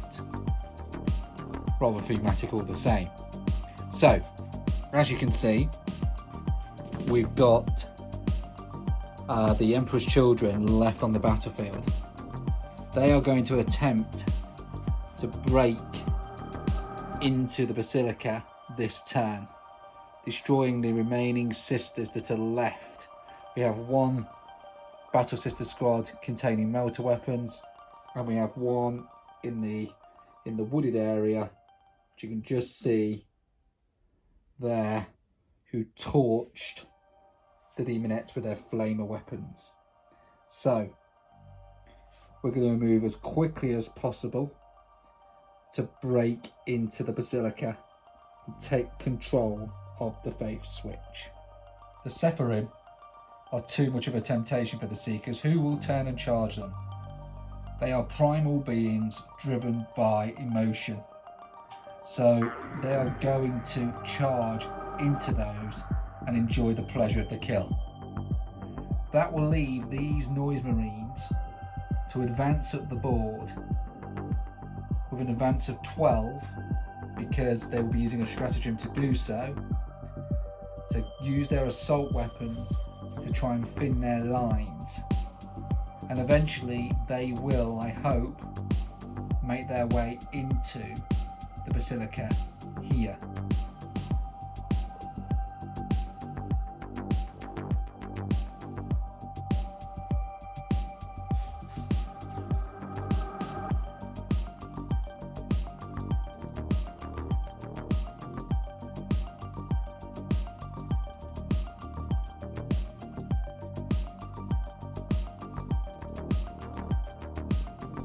They levelled their outlandish weaponry at the enemy battle line, and the whining of their weapons built steadily to an ear-splitting crescendo.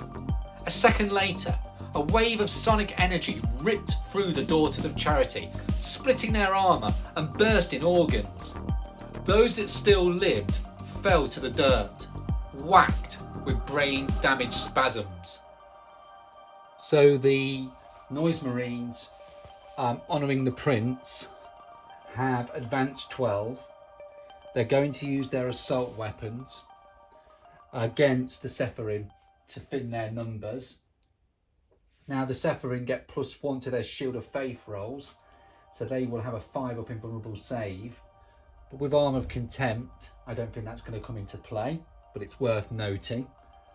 We'll then see how many are left and decide whether the back squad of Noise Marines, who did so well in Overwatch, might again lend their sonic weaponry, sonic fire, to that unit to thin them down further. They have advanced, so they will be using the assault profile of the Blastmaster. We will then move on to the key part of the battlefield and see if the Emperor's Children can break through that final squad of Battle Sisters, protecting the entrance to the Faith Switch. So we'll start with the Blastmaster. We are in Wanton Slaughter, so any hit rolls of 6 are exploding. So let's see what happens. 3 to hit. So we get 2 additional hits. Because we're using the assault profile, this is strength 5. Against toughness 3, we need 3s. Okay. So 3 fail to wound. These are all -2, but they're going to be -1 because of Armour of Contempt. So I need 5 4-ups. So 2 die so far. We have 3 Sonic Blasters. So they get 3 shots each, totaling 9. So let's see what happens.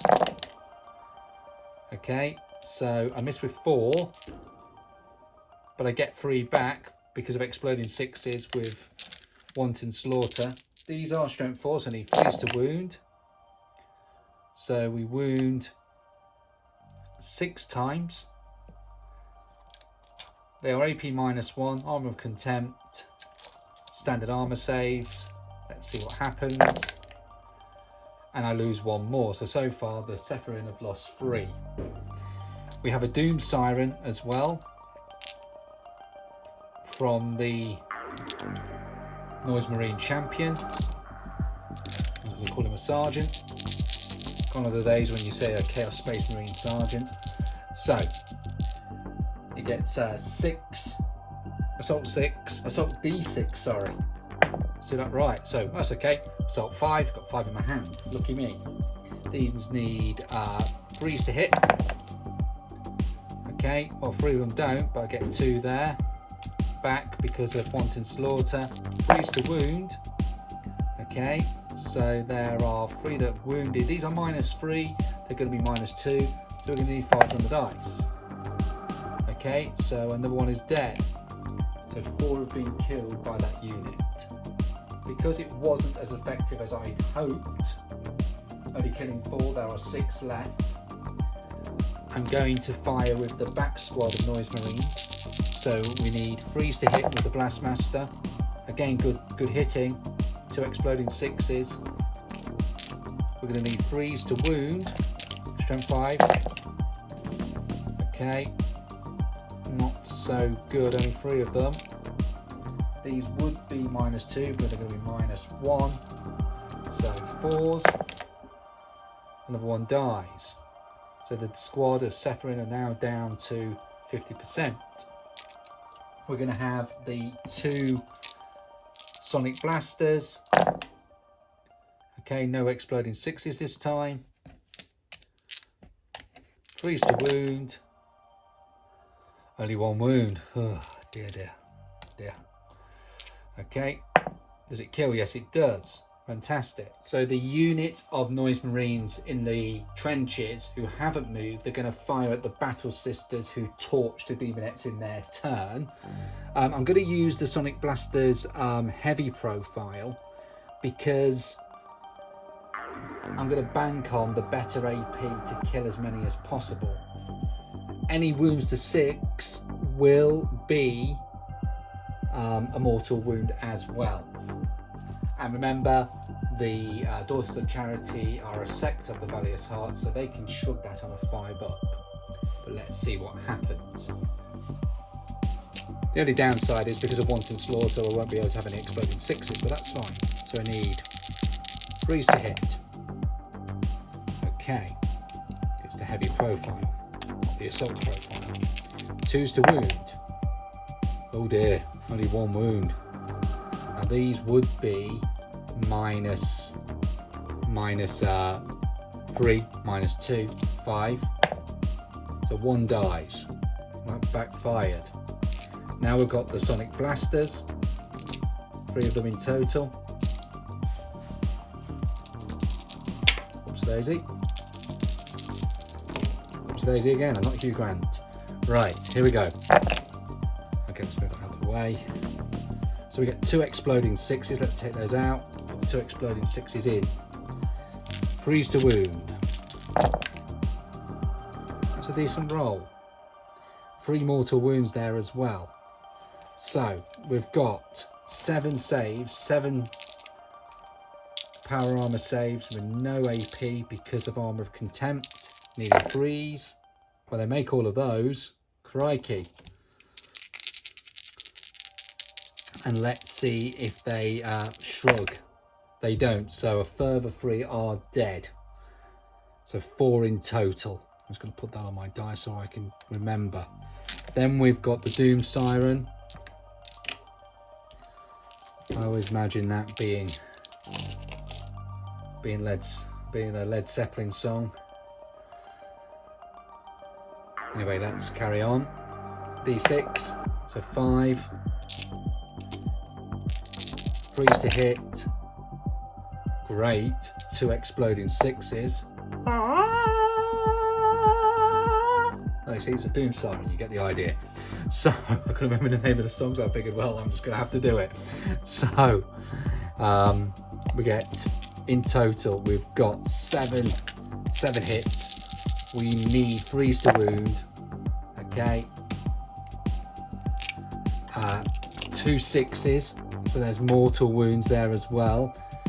These are minus 3, minus 2. Gonna need 5s on the dice. A further 3 are dead. Do they shrug the mortal wounds? They do not.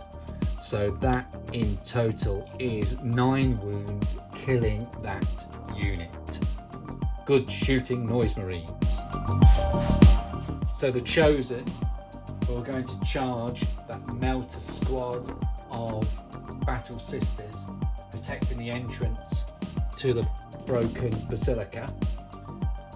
Tongue-tied then.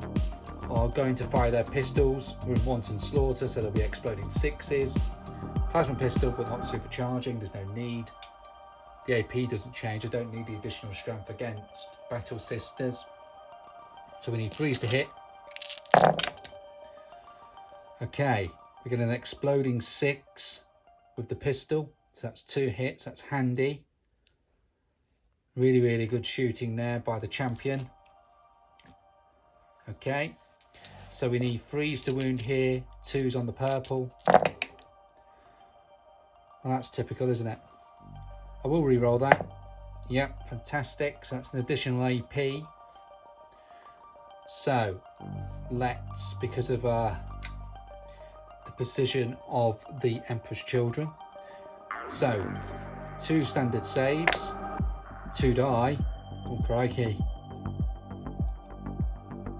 Like their armor, maybe their faith is now weakening. Let's see, we need a 5 on there and a 4 on here. So 5 dead, 4 alive. So in total they've lost 3 from that shooting. So the remaining squad of Noise Marines are going to fire at the same squad as the Chosen. They've already lost 3 of their number. This could be an end of game moment with no one else to protect the entrance. Those Noise Marines are going to get inside and take control of the Faith Switch. Yes, there are 2 units of Retributors at the top. However, will only be a matter of time before they will be slaughtered too. So let's see what happens. So we get three chances to hit, sorry. So 2 hits, strength 8, needing 2s, 1 wound. This is -3, so it's going to be -2, need a 5 on the dice, so that's another one dead. We then have 4 sonic weapons.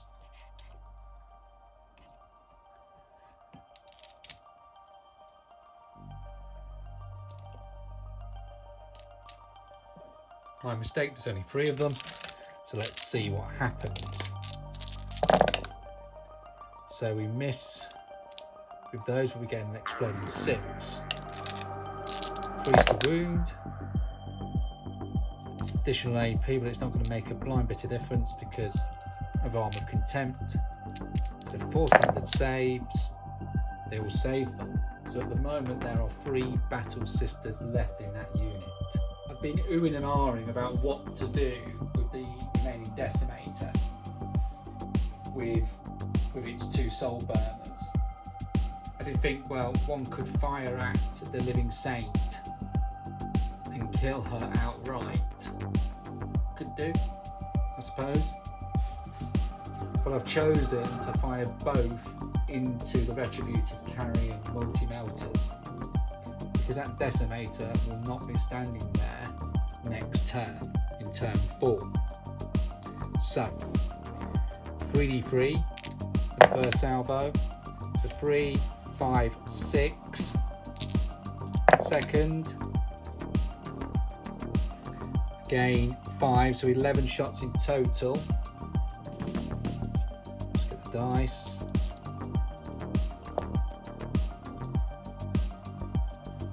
Three more.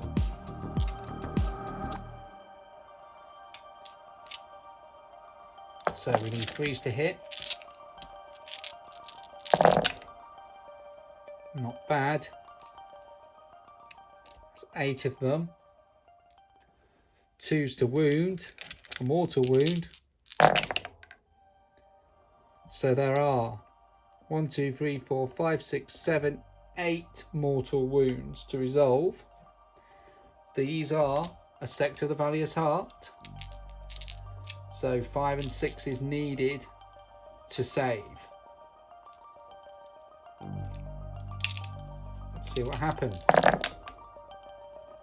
So 6 are dead. That brings us to the end of the shooting phase, and as you can see, the Battle Sisters took a lot of damage, helped in part by wanton slaughter, but the sonic weaponry was awesome that turn. You will note that the 4 multi-melters have survived. Even if they died, their Battle Sisters have picked them up. That's what I would do. They're trained to, and will carry on fighting. This is last stand, remember, so there is no morale.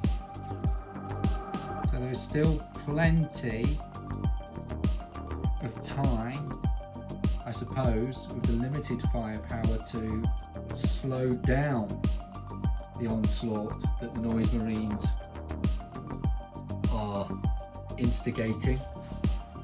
Their demon allies are largely dead, but that's how they wanted it. Send the demons in first. Let them take the damage, and we'll pick off the rest. Very logical indeed. I would imagine they've taken great pleasure out of that. So we go into charging, and the Seekers here are going to charge into the Sephirim. That's just a formality. Over here, however, the Chosen are going to go straight into that unit of Battle Sisters. There are 3 multi-melters, well, 1 multi-melter and 2 melter guns left, so they will overwatch, of course. Let's see what happens. And because the Living Saint hasn't been touched this turn, perhaps that was a mistake, not firing the Decimator at her. possibly. They may get tagged by her in turn 4 to hold them back a bit longer. Let's see what happens here.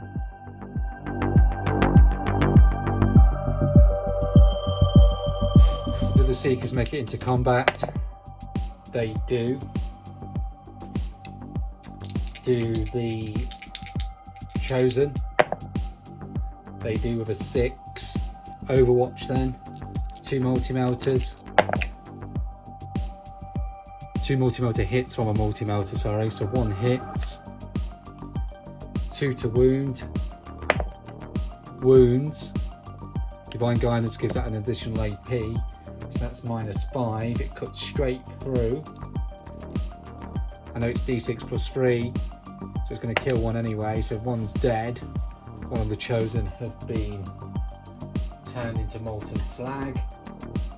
And let's see what happens with the 2 melter guns.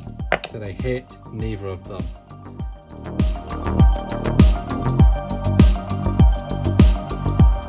So the Seekers get 28 attacks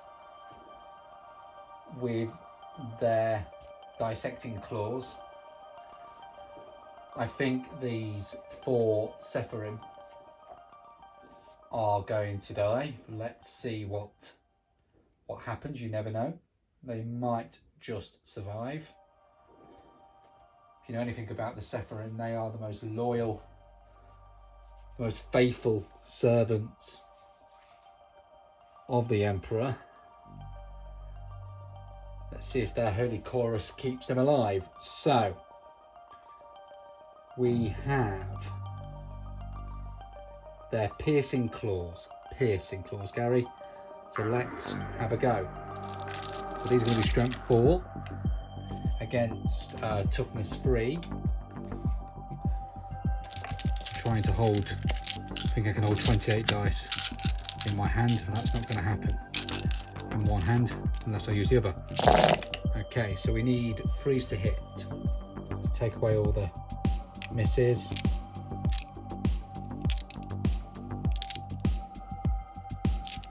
Can you see any? Well, thank you for spotting that one for me. So in total, we've got 19 hits. These are strength 4, so we need 3s.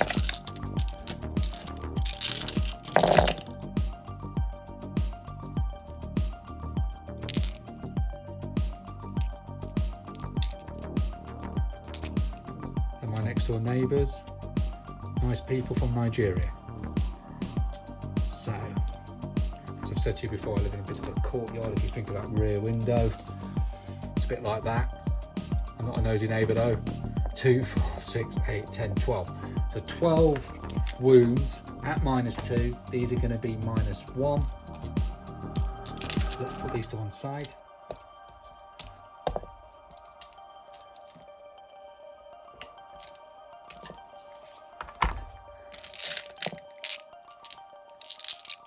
In fact, the young boy wondered what I did in my garage, and when I showed him, he was amazed, and he'll often come in occasionally on a hot day and watch me play. I'm quite happy with that.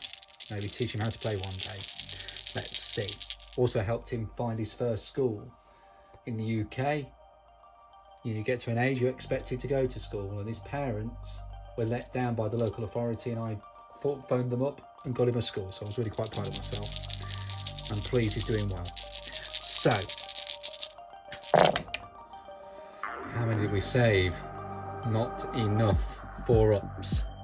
So that's 1, 2, 3, 4, 5, 6, 7. 7 wounds unsaved.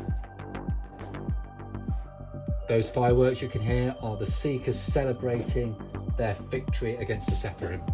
So the power-hungry veterans of the cohort Massacre, Lucius's personal retinue, are now going to hit those remaining sisters with their accursed weapons. The champion gets an extra attack. Bear in mind that these Astartes have been in the war for a long time. their weapons have been manipulated by the warp like they have. So while they are carrying chainswords, they are accursed chainswords. So they get +1 strength, so they are strength 5. It's -3, 1 damage. Because it's an accursed weapon, they make an additional attack, so they need 8 more dice. Very nice. Very nice indeed. So, they're going to die, but I'm going to roll anyway. That's the beauty of Games Workshop rolling dice. So we need freeze to hit, freeze to wound.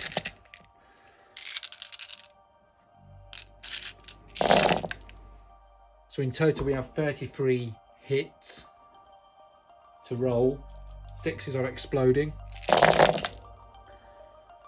So let's take out the misses. Like so. Can you see any more? Although thank you. Then I've got to put 1, 2, 3, 4, 5 back. We now need freeze to wound. This is going to hurt. Okay, so I'll come back in one moment. So we've got 14 saves of -3, which are going to be -2, and we've got 5 saves of -3. I'm going to do the 5 saves of -3 first, because they've their AP has been increased by 1 because of their flawless precision. They are dead. That means the unit of Chosen are into the Basilica, the broken Basilica. They may not survive.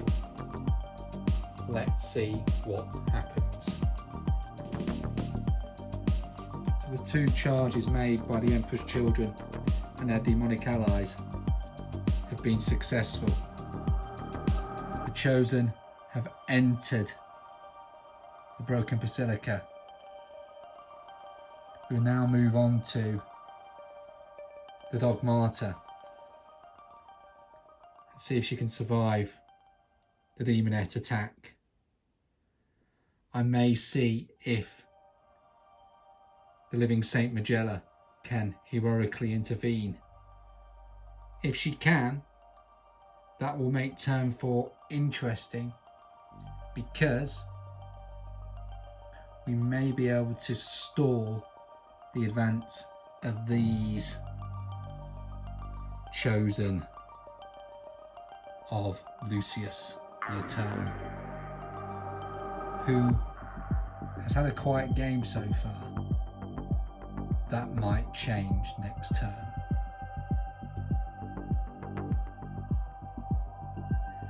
Here we are.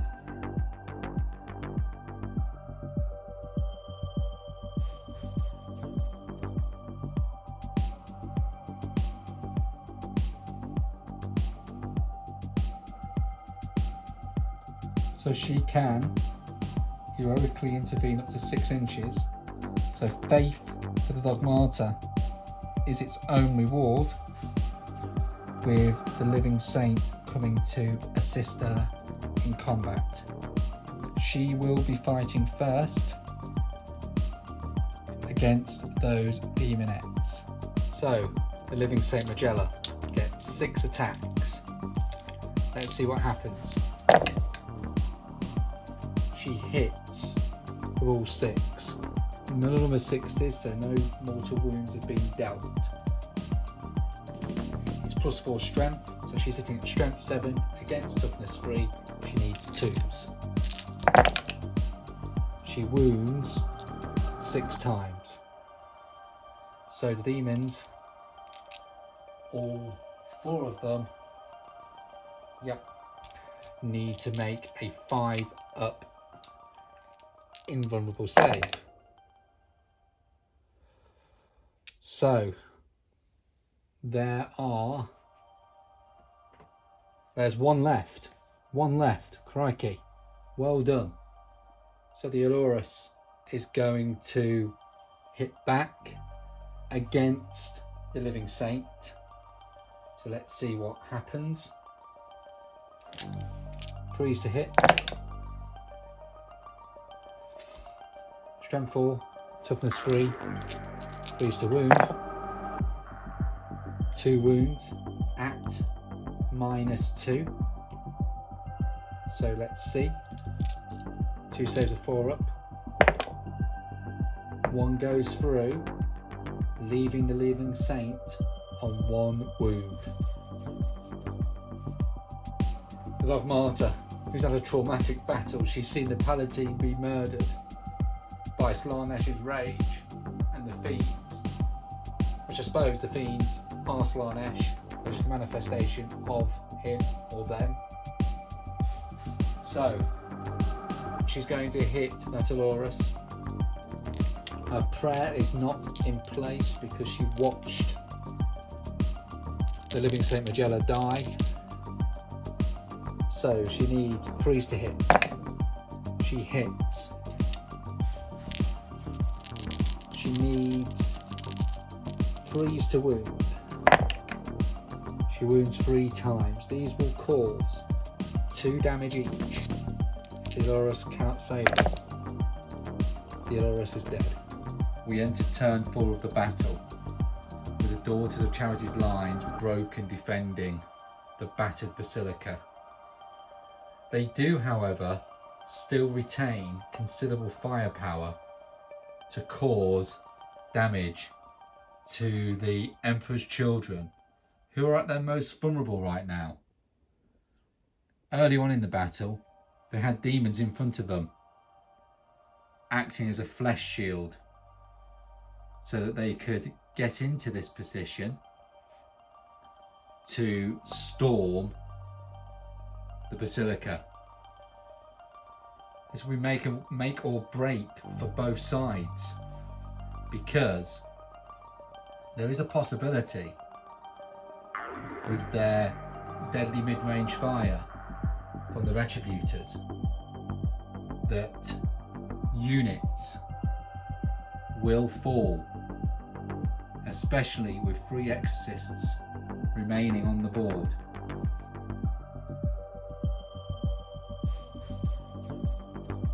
Now my dead pile, I've kind of run out of space, or I've been putting things down ad hocly, and you can see everything over there is dead. Perhaps I should sort that out, but considering the battle now is over here, it doesn't matter so much. What I will say to you is this: the Living Saint with 1 wound left will go into those chosen, as will the Dogmata. Before we start, we're going to try and cast Blazing Piety and see if that goes off to cause some mortal wounds to them at the bottom there. And we will put the same prayer in place with the Dogmata, so they get an additional strength, an additional attack, and get to fight again at the end of combat. That could be crucial against those chosen Emperor's children there from the cohorts Nasake. Now, thinking about these Retributors with their heavy bolters. Now I know these Seekers here are going to be able to storm the Basilica, or one of the entrances to the Basilica certainly, but what they're not going to be able to do is climb up to them.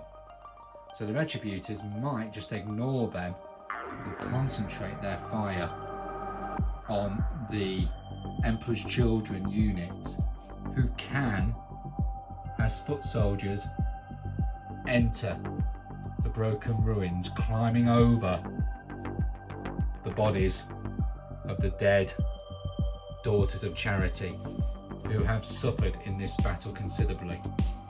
So let's move on with some command phase rolls for prayers, and we will start with Blazing Piety on Helga over there. When you look across the board from this perspective, I've moved one of the exorcists across so they're in line of sight, but also to block any more Emperor's Children from moving forward.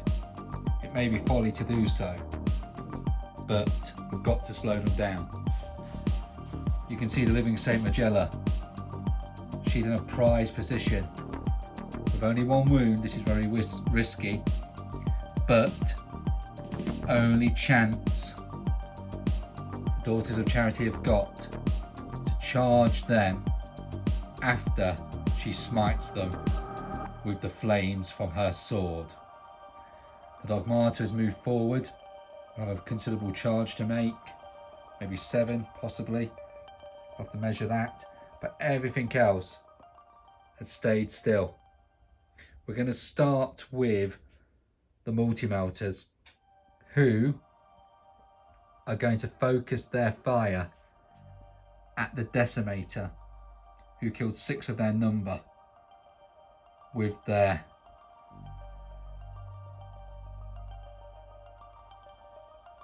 soul burner petards, I think it is, using. So we have 4 multi-melters. They get 2 shots each. They need freeze to hit. Okay, so they hit with 6 of them. Now, it's toughness 7, so we need 2s to wound. Freeze to wound, sorry, strength 8, toughness 7. Get a grip, Gary. Come on. So, 4 have wounded. This one gets an additional AP, so it's -5, so it goes straight through the armour, the warped cladding of that Decimator. So, for D6 damage, doing 4 points of damage so far. It has 8 left. Okay, so these ones here are -4, and they do go through as well. So, thinking of Arm of Contempt. So let's roll them. This one here, 1 point of damage. I am going to re-roll that. 1 point of damage, crikey. So, see this one. So far 5, there's 7 left. Okay, 2. So all in total, we have caused 11 points of damage, 11 wounds. That Decimator is still alive with 1 wound left. The Living Saint, using her flaming blade for assault D6. See what happens. She gets 5 hits. They automatically hit. These are strength 6. So we need freeze to wound. Let's put it to one side. So she wounds 4 times. So these are -2. And these are just 3-ups. So let's do the 3-ups first. Excellent. They've saved those. And these 2 would be -3, but are now -2. So let's see what happens. Okay, so killing 2. Well, actually, no, not killing 2. Killing 1, because 1 was wounded by Blazing Piety. So the closest one to her is dead. I was hoping for a bit more power there from the sword, but I suppose narratively I was expecting her to smite them all with her burning blade, projecting a firestorm in front of her. Didn't quite work out like that, but in my head it was cool. Final Exorcist at the Chosen then. So we get 6, 8 shots.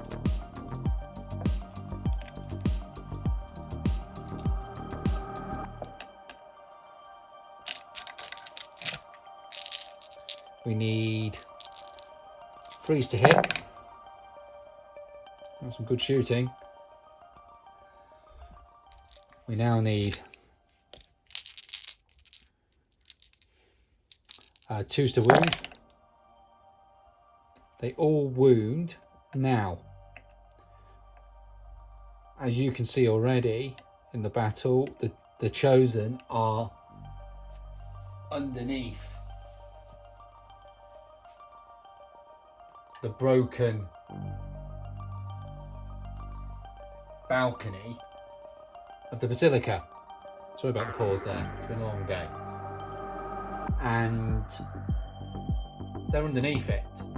So they're going to get a cover save from these Exorcist missiles. So their armor save is 2 up. It's -2, normally -1. So they will save on freeze. But any that fail take D6 damage. So, I'm going to do them individually. Saved. Saved.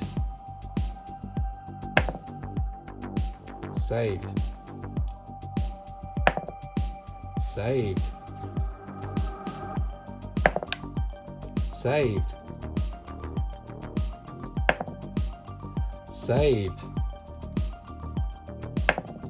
And saved.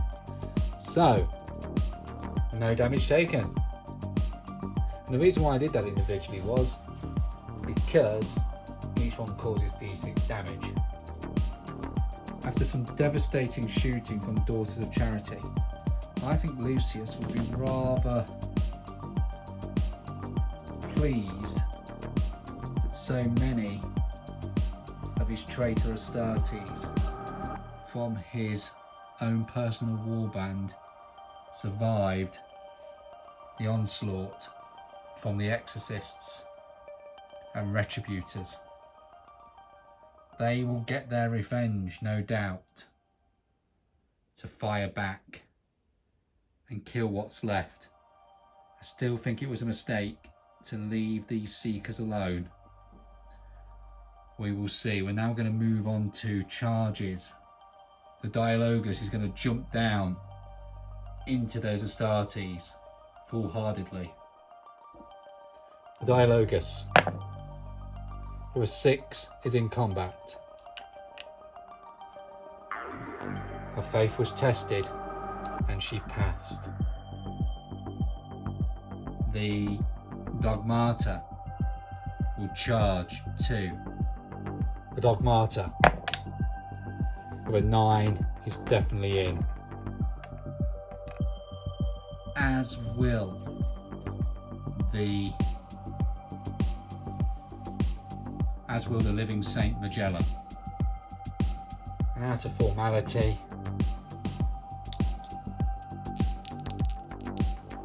the Living Saint gets in with a 6.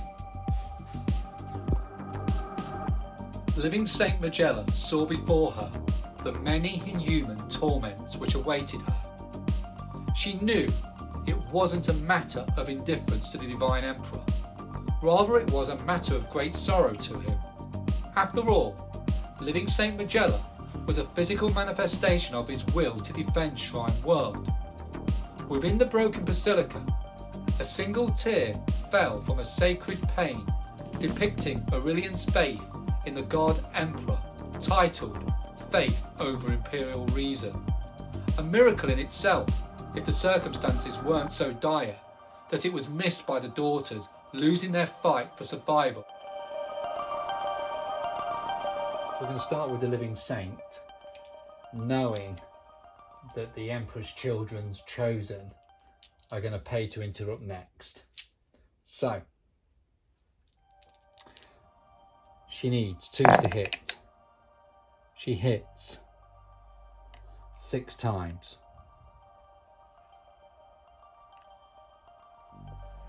You see an unmodified hit roll of 6 causes 2 mortal wounds. So one of the Chosen already is on 1 wound. We have 5 to resolve. These are +4 strength, so need 3s to wound. Excellent. So we have altogether 5 wounds. They are at -4, so they're going to be -3. So we need 5 6s.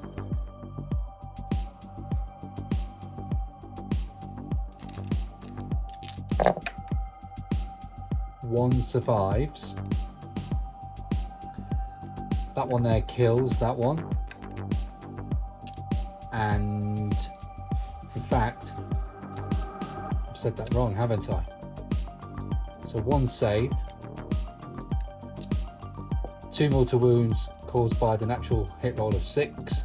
Resolves that attack, makes it 4 wounds, killing 1. 4 wounds, killing 2. So she's killed 2 and 1 is on 1 wound. The Emperor's children have piled in. The champion has said, leave the living saint to me. So we'll do those first. And then we have 3 attacks on the Dialogus and 3 attacks on the Dog Martyr. So we need 3s to hit. They are using accursed weapons.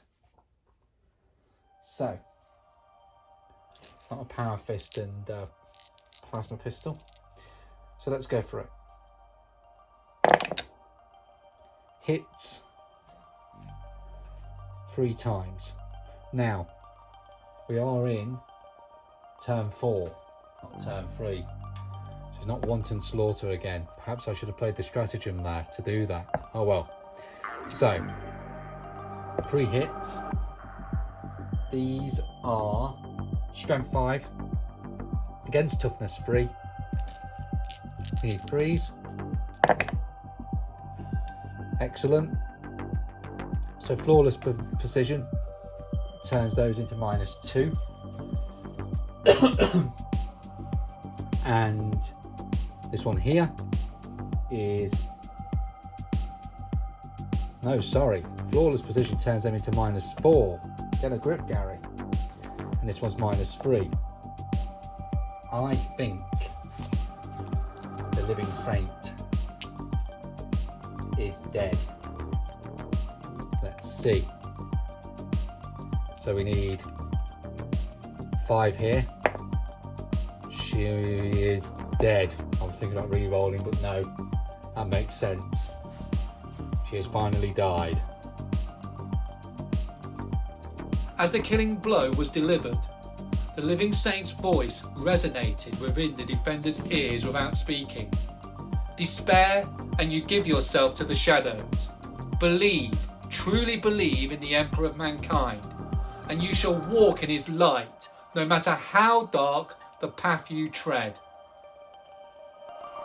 Even though the Daughters of Charity were largely successful with their superior mid-range fire to destroy some of the noise marines on both sides of the board, the death of the living saint is an irretrievable blow to them. These remaining characters of the Order, the Dog Martyr and the Dialogus, have a massive job to do now to try and stop those chosen. Lucius will be the happier of the 2 commanders. And we don't know yet if Canoness Superior Cleona will make it back. We will see in turn 5. By then, most of the daughters and their vehicles of war could be destroyed by the remaining sonic weaponry before them. Spin round here so you can see that other unit, noise marines, from this perspective. All the models at the back. now enter turn 4 for the Emperor's Children, who, due to their close proximity to the remaining defenders, did take significant damage that turn. They will, however, advance and charge towards the entrance of the Faith Switch, where at the moment they have their chosen of their warband held up by 2 figures of faith within the Daughters of Charity. The likelihood is that they will murder them, and with their demonic allies, their remaining demonic allies, they will this turn attempt to storm the broken basilica and withstand the gunfires from within. These are desperate times from both sides of this battle. Let's see what happens next.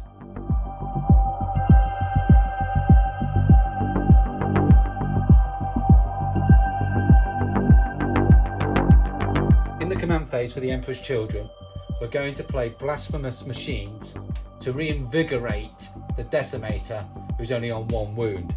I would imagine with all the slaughter that's going on around that machine, that demon engine, that there are going to be willing souls quite happy to reinvigorate its weaponry, its targeting matrices, so that it can split fire and remove as many of those retributors from the retributors carrying the multi-melters and those carrying the heavy bolters to support the noise marines, who will use excruciating frequencies as well. Now, the key to this turn for the Emperor's Children is to storm the Basilica with as many units as possible, while at the same time remove as many of the sisters in the battlements, so that their ambush in turn 5 can be complete when they await the arrival of Canoness Superior Cleona, who at this moment is travelling through the ruined shrine capital to this point to activate the Faith Switch. So the Noise Marines are going to focus their fire at this exorcist here that's creating a bit of a block, a roadblock, so haven't moved, whereas these Noise Marines have moved forward to attack this exorcist and hopefully want to blow it up. The Blastmaster will use its heavy profile, but ignores any modifiers to hit, so we'll be hitting at its normal profile. You can see there, if I just pan over, you can see Lucius in the forest. Well, Lucius is going to use Honour the Prince to try and charge the orator here, the Dialogus, so that he can follow the Chosen, who will eliminate, I would imagine, these remaining figures of faith from the Daughters of Charity and enter the broken basilica ready to eliminate Canoness Superior Cleona. Now obviously we've got the retributors left on the board, and the decimator, now at its full profile, sorry about the dice there, is going to split fire and hopefully deal some mortal wounds against both units. Bear in mind that machine took out, that demon engine took out 6 of their number last turn, and by splitting fire I hope that unit of retributors will lose quite a bit of their number based on these Noise Marines using excruciating frequencies as well. They have advanced 12 altogether, so they will be using the assault profile. So let's go into shooting. You also might be wondering what's happened to the Seekers. Well, the Seekers have entered one of the entrances into the broken basilica. They are now running amok of the ruins, killing any support staff of the Daughters of Charity, who are poorly armed, novitiates I would imagine as well. They may be tempted to charge this exorcist here, who has lost 1 point of damage, but for the Daughters of Charity, they're very much now going to have to play a firefight inside the building, but in order to do that, I've got to survive the oncoming fire from the depleted forces of the Emperor's children. So 3d3 hits with the Soul Burner. So 1, 3, 6 altogether. On its full profile, so we need 3s to hit.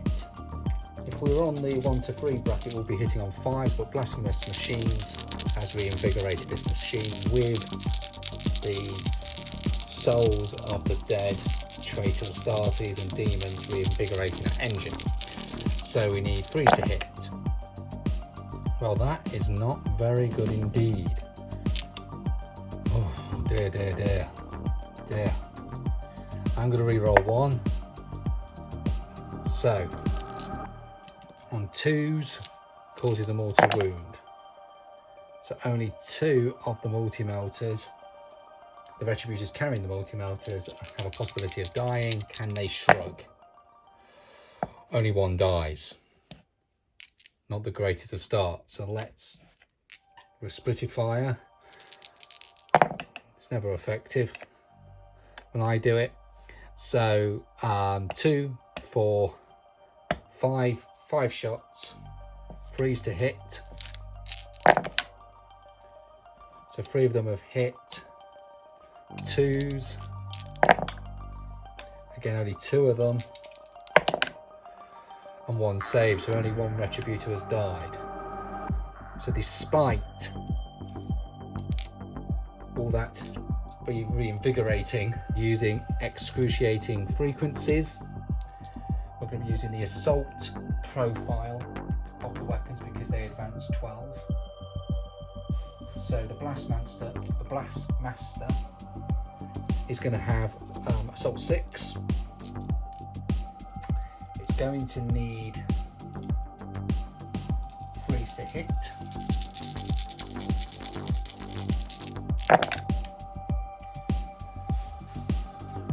So 4 have hit. It's a shame we're not in the last wanton because they would be exploding 6s. Disappointing, but oh well. However, we do only need 3s to wound. Any 6s will cause a mortal wound. So no mortal wounds there. So we've got 3 saves. These are at -2, so it's going to be -1. They are behind cover, so it's just going to be their 3-ups. That's why the mortal wound element was so important. 1 dies, 2 saves. So far 2 from that unit have died and only 1 from the other. Looks like in turn 5 for the Daughters of Charity, they're going to have some firepower left to deal with anyone who makes it into that broken basilica, including those demonic entities, the Seekers, who are already inside. So we've now got the Sonic Blasters. These are only strength 4. How many have we got? 2. So only 6. Wishful thinking. So we hit 4 times. We need 3s to wound. 6s cause mortal wounds. Nothing. So these are going to be 2 up. They're all saved. So the shooting from the Emperor's Children at the Retributors has been ineffective.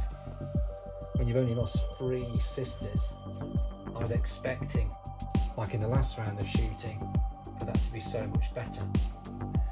So we're going to move on now to the Noise Marines shooting at the Exorcists. So we're going to use the heavy profile and this is going to be strength 8. So let's see what happens. We're firing at the Exorcist that's doing a bit of a roadblock to make it harder for any of the Emperor's Children to charge the figures of faith from the Daughters of Charity. So we need 3s to hit. Crikey. This is the thing about Slaanesh. They execute their plan so well, but due to the hedonism of the fight around them, they lose focus. It's happened. Happened at the massacre at Cardinal City. It's happening again at the wrong time. Although they did win that battle. So, we need a 3 to wound. It does wound. We need a 6-up save. And saves. Crikey. I will do the Blastmasters. The Sonic Blasters, sorry. I'm just feeling a little bit saddened that shooting hasn't been effective. Again, only 2 hits. Oh, dear. I hope you can hear the disappointment in my voice, because I am disappointed. 5s to wound, 1 wound. It's going to be a 4-up. Saves. And then we have the final unit of Noise Marines. Now, I'm hoping because they're closer, if they lose focus, they still might hit. So we're using a heavy profile. We need 3s to hit, all of them. We need 3s to wound, 2 of them. 2 saves to 6. Neither. So that Exorcist now has taken 6 wounds. It has 5 left. So, now the Blastmasters. I'm just thinking whether the Doom Siren, well, it calls 1 damage, but it has a better AP. So I'm gonna risk that with the Sergeant, using the Sergeant's Doom Siren. So 6 shots might pay off. Okay, still need 3s to hit. So 4 of hit. Then need 5s to wound, because it's only strength 5. So 2 wounds, but these are -3. So it takes it down to 4 wounds, and then we have the remaining Sonic Blasters.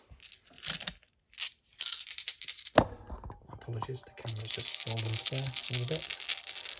Let's see what happens. 4 hits, need 5s to wound, 1 wound. Can it save?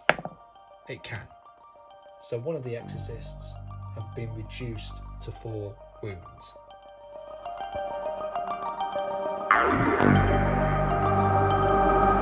Narratively, there is plenty for the Seekers to murder inside the broken Basilica, so they're not going to leave the building to try and destroy the Exorcist. They need to be there, ready for Canoness Superior Cleona to arrive next turn.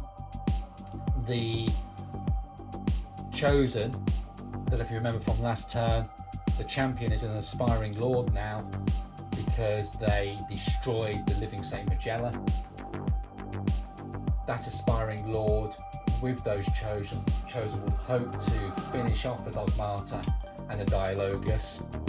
But Lucius, who's had a very quiet game, is going to use Honour the Prince to do 6 plus d6 to charge the Dialogus, so that in that consolidation move they just make it into the broken Basilica. There might be an inch or 2 out, but I'm going to let him off with that. So let's see what his charge is going to be. With a charge of 10, they will be in. Even though the lore states that Lucius is a great swordsman, I tend to think that Lucius is a great opportunist, biding their time and waiting for the opportunity to deliver a killing blow to a important figure in the opposition's army. So for me, this is Lucius's moment to cut through a minor character, to reach the broken basilica in wait of Canoness Superior Cleona, who escaped from the massacre of Cardinal City before Lucius could kill her. So even though the Lash of Torment is a significant weapon in that it stops a character within 3 inches of Lucius from fighting this turn, it's only a Dialogus. I expect Lucius to kill her quite quickly, so 2 to hit. Okay, hits 4 times. We now need 3s to wound. So 3 wounds at -3, so these are going to be -2. So 3 5-ups, and they cause 2 damage each. So she saves 1 but loses 4 wounds, killing the Dialogus. So we're going to pay to interrupt so that the Dogmata doesn't go next, and have the Chosen finish off the Dogmata using Cruel Bladesman. That nullifies Armour of Contempt, so their Accursed Blades, while they only do 1 damage, will be -3 rather than -2. So we'll need 6s to save. So we'll start with the champion. The champion needs 3s to hit. So it's hit 3 times. These are strength 5, toughness 3, need 3s. So we get an additional AP because of flawless perfection. So that's now actually a hit on it would be -4 plus 1 -5. So that one goes straight through, doing a wound. These 2 here, the Dogmata needs 6s. If the Dogmata fails to save these, the Dogmata will be dead. The Dogmata is dead, so that now means the Chosen, as well as Lucius, can enter that part of the broken basilica.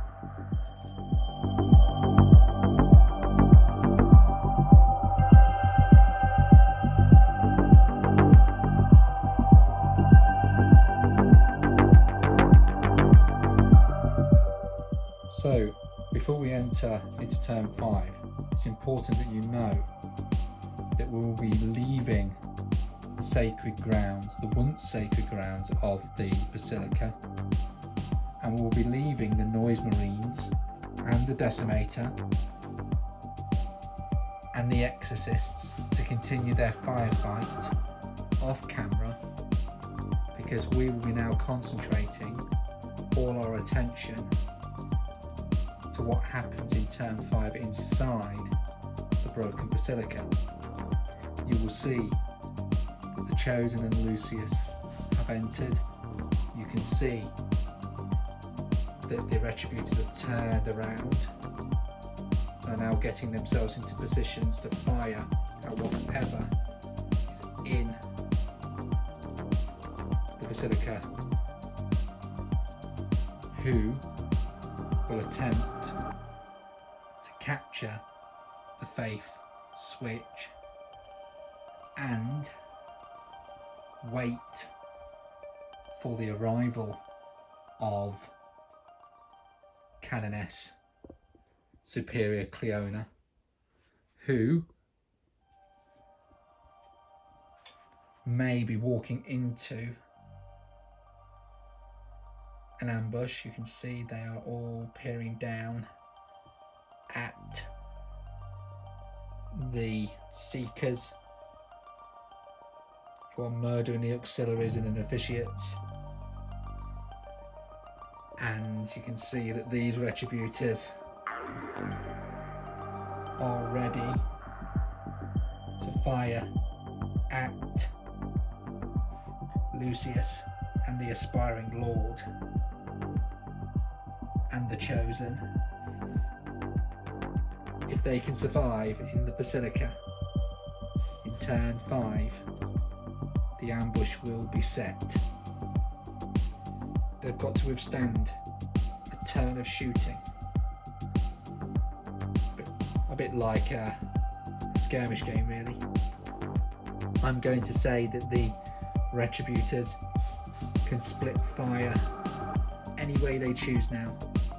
It is turning into a chaotic fight where it's every man for themselves to try and eliminate any of the enemies that are in front of them.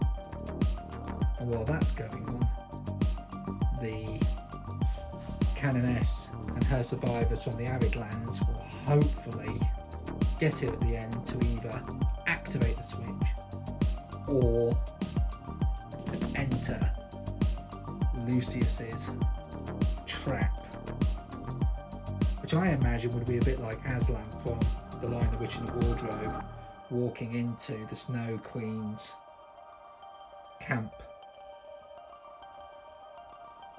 to be executed. The humiliation of it.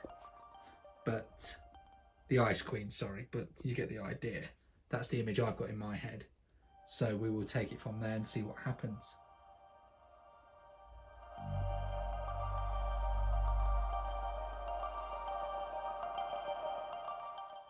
As the boiling tendril fell upon the besieged defenders, Canoness Superior Cleona, wielding the Sceptre of Correction, entered the ruins of Shrine's capital. She remembered an old Terran saying Canoness Magella taught her: "The greatest faith in the Emperor is born in the hour of despair. When we can see no hope and no way out, then faith rises and brings the victory."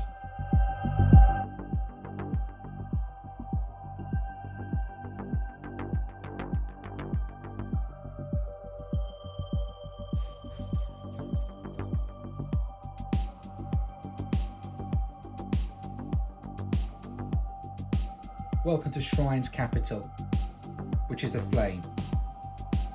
You will note that the warp talons are not in coherency. They've been scouring the skies, looking and directing these transports towards the pilgrimage, which has managed to retake the Sceptre of Correction and disperse to reach this point. Much harder for the Emperor's children to find them if you split up, which they have done. Unfortunately, which you've just seen, the Rhino is destroyed and the Daughters of Charity have lost a sister carrying the multi-melter, and they will now face that Lamb Raider. We have the Necrolith Crown, which may support the chasing Emperor's children. Just depends whether Slaanesh has forgiven them or not. And over here we have the Composer, who hopefully will redeem themselves in the eyes of their patron and stop Canoness Superior Cleona from making it into the broken Basilica.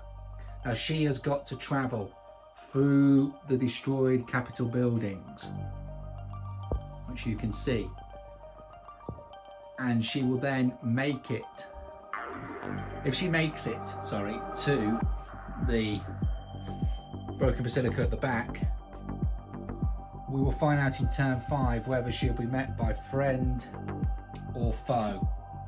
But for the Daughters of Charity, it's not looking very, very good, because there are more Chaos forces alive than themselves, and they will have to withstand a turn of shooting and combat against each other.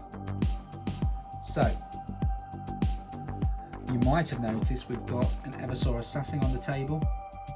I would imagine that each planet has at least one of the assassins from each temple on planets of significance, and this is a planet which, before the invasion of Slaanesh, was a significant place of worship to the god emperor. So we have a Vindicare assassin here. I'm just going to turn him round. Whose sole objective is to try and take out the composer. We'll see what happens there. And we have a Vindicare assassin who will try and aid the Daughters of Charity as they make it into the burning buildings which you've seen so dramatically on the table.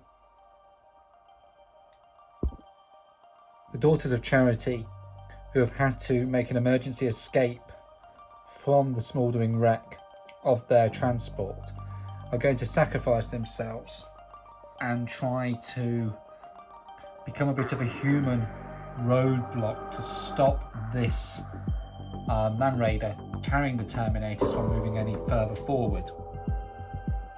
Hope is the key verb there. The emulator here, carrying Canoness Superior Cleona and her bodyguard, are going to zoom straight in to here at max speed. Now, I want them really to get to around about here so that they can create a bit of a, if the vehicle gets destroyed, then they can create a bit of a roadblock here with the smouldering vehicles to make it a bit harder for the Emperor's children. This emulator here, the Dominions are going to disembark and try and eliminate some of these Warp Talons who have yet to recombine and muster together again after searching through the skies for the pilgrimage which is split up from the arid lands to maximise their chances of reaching here. So let's see what that looks like. You might be thinking, why play on such a big board when the armies are so small? Well, the armies are small because that's what's left from the arid lands, but I wanted to create a sense of scale so that when the Daughters of Charity make it back from the arid lands, the scale of their task is clearly evident to them, is great, is going to be difficult. And I almost wanted them to go from the arid lands into a populated city, a once populated city which is now being destroyed by a god, and see the scale of that. So that's the reason why. So in terms of movement, the Daughters of Charity that disembarked from the destroyed Rhino haven't moved. However, over here you will see that the Dominions are ready to try and pick off these Warp Talons with some split fire. Their transport is creating a bit of a roadblock to stop any of the Emperor's Children's vehicles trying to move forward. Here you will note that the emulator carrying Canoness Superior Cleona and her bodyguard have moved 12, and now they can't move any further, that vehicle. So that vehicle will stay there and provide supporting fire while Canoness Cleona and her bodyguard enter the burning city. So we're going to start over here, and these sisters here are going to split fire. The melter gun, is going to fire at the Land Raider, and one of the sisters will throw a crack grenade at it. Everyone else, all the bolters, they're going to concentrate on these two Warp Talons here. So We're going to activate the cherub with the Battle Sisters, who have disembarked from the wrecked rhino. So we get a 3 and a 4. I will keep the 4 because that will be handy for wounding with the melter gun. So we're going to need a 3 to hit with the melter gun at the Land Raider. I'm going to use a reroll. Hits. We now wound automatically, strength 8 against toughness 8, so we need 4s, so we're wounded. And it's -4, so it's d6 damage plus 2, so 6 plus 2, 8. So the Land Raider has taken 8 damage.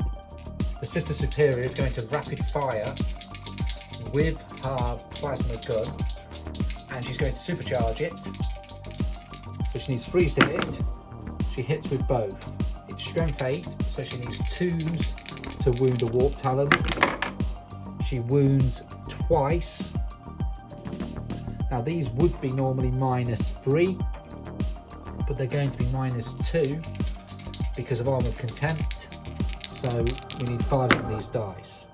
So we save 1 and lose 2 wounds. So one of the Warp Talons is on 1 wound left. We then go on to the Battle Sisters themselves. Now they're carrying their bolt guns.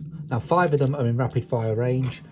The other 2 will have to use their max range. So altogether we've got 12 shots at them.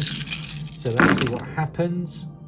Not bad at all. So 9 hits so far. We need 4s to wound. Okay, now these are with Divine Guidance are -1. However, because of Armor Contempt, that doesn't really matter anymore. So we've got 4 armor saves to make. With one of the Warp Talons on 1 wound. This could kill them. Let's see what happens. No, certainly doesn't. They are still very much alive.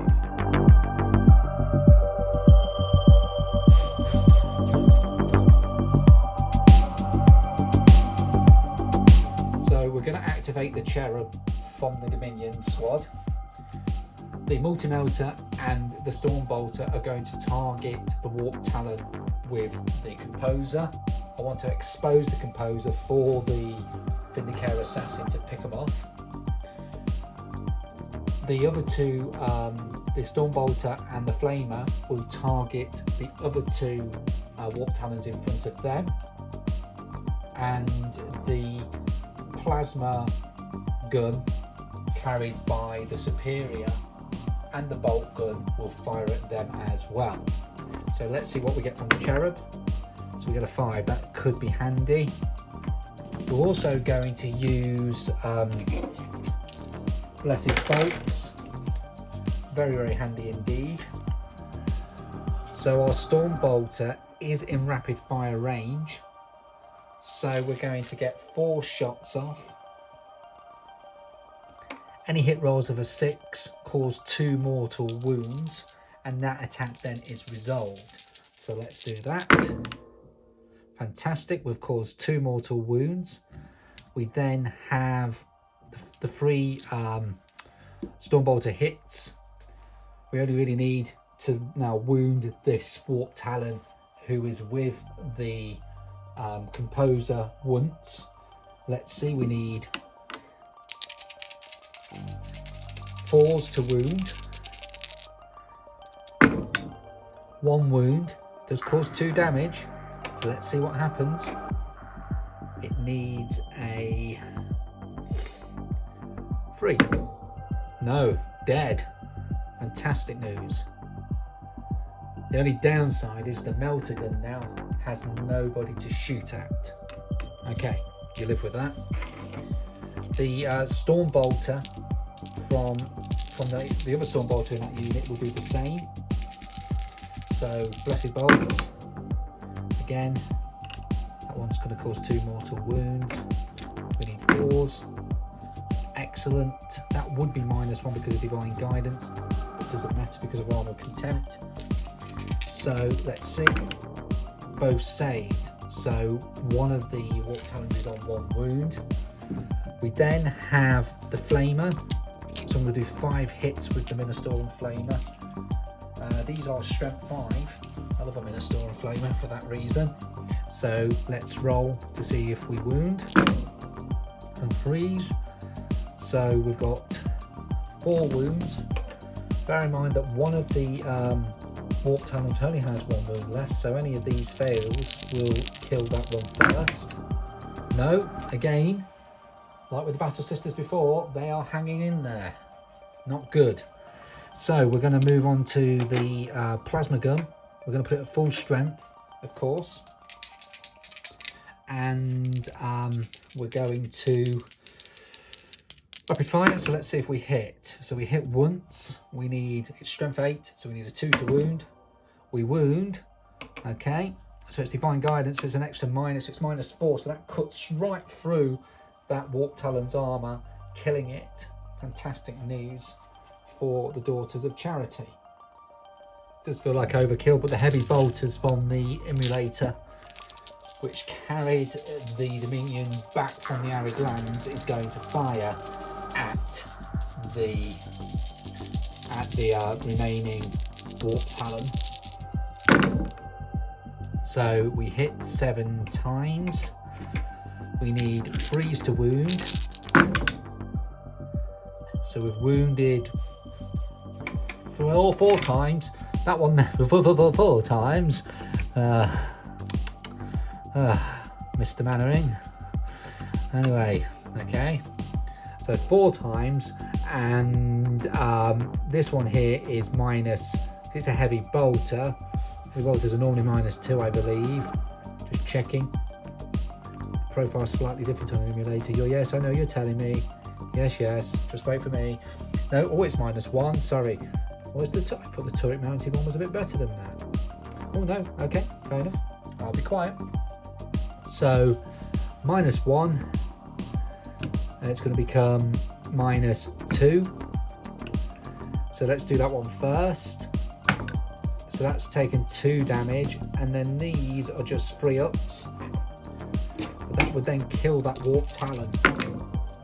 That Warp Talon is dead. And finally, for the shooting phase, the Vindicare Assassin is going to fire at the composer, who is key. Who's a key member of Lucius's warband, the Cohors Nasake, because without the composer, they wouldn't be able to freely maneuver through the warp.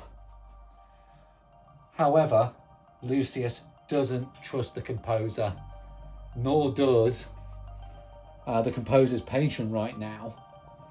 If you remember rightly from the Arid Lands, the composer decided to retreat rather than try to arrest the Scepter of Correction from Canoness Cleona, who herself had to show the Daughters of Correction, that the Sisters of Correction, that she wasn't an enemy.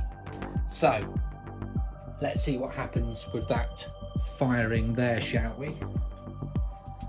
And I am in my thermal t-shirt because I'm feeling a bit cold today.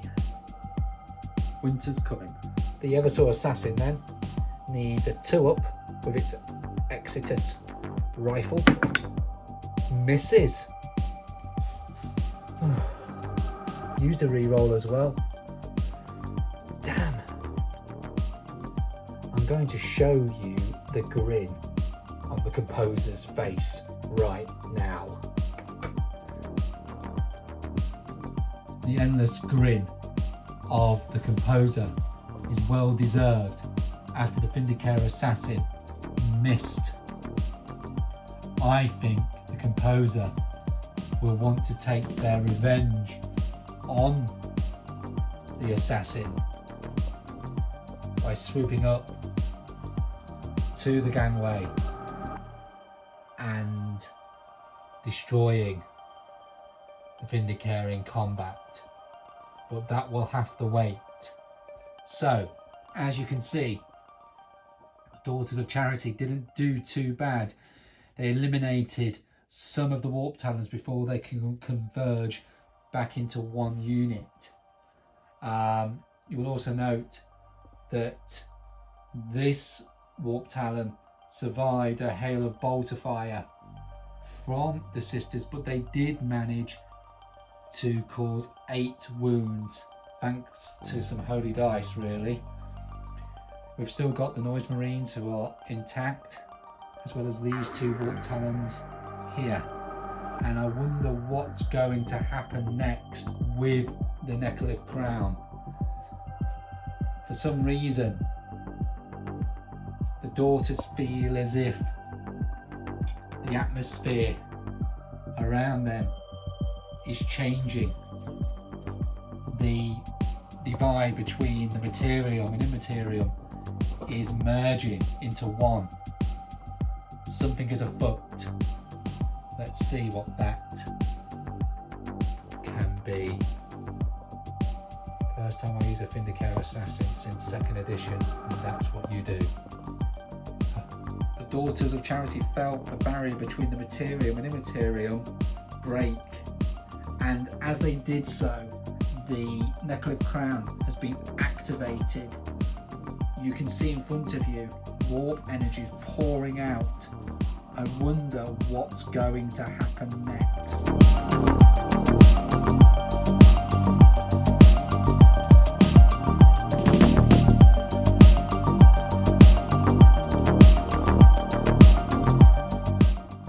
To their horror, the Daughters of Charity now face Be'lakor, as well as the Composer and their remaining Emperor's children, who have chased them to this point. Let's see what happens next. Composer is going to leap into the air and reach up here. The Warp Talons here and here and here are going to converge. They're going to ignore what's in front of them here, and they're going to prepare a trap, a perfectly executed trap, and try and catch Cleona, the Canoness Superior, here. So they will advance, and the Noise Marines will, however, disembark and try to remove that emulator from the battlefield to make it easier for Be'lakor to charge.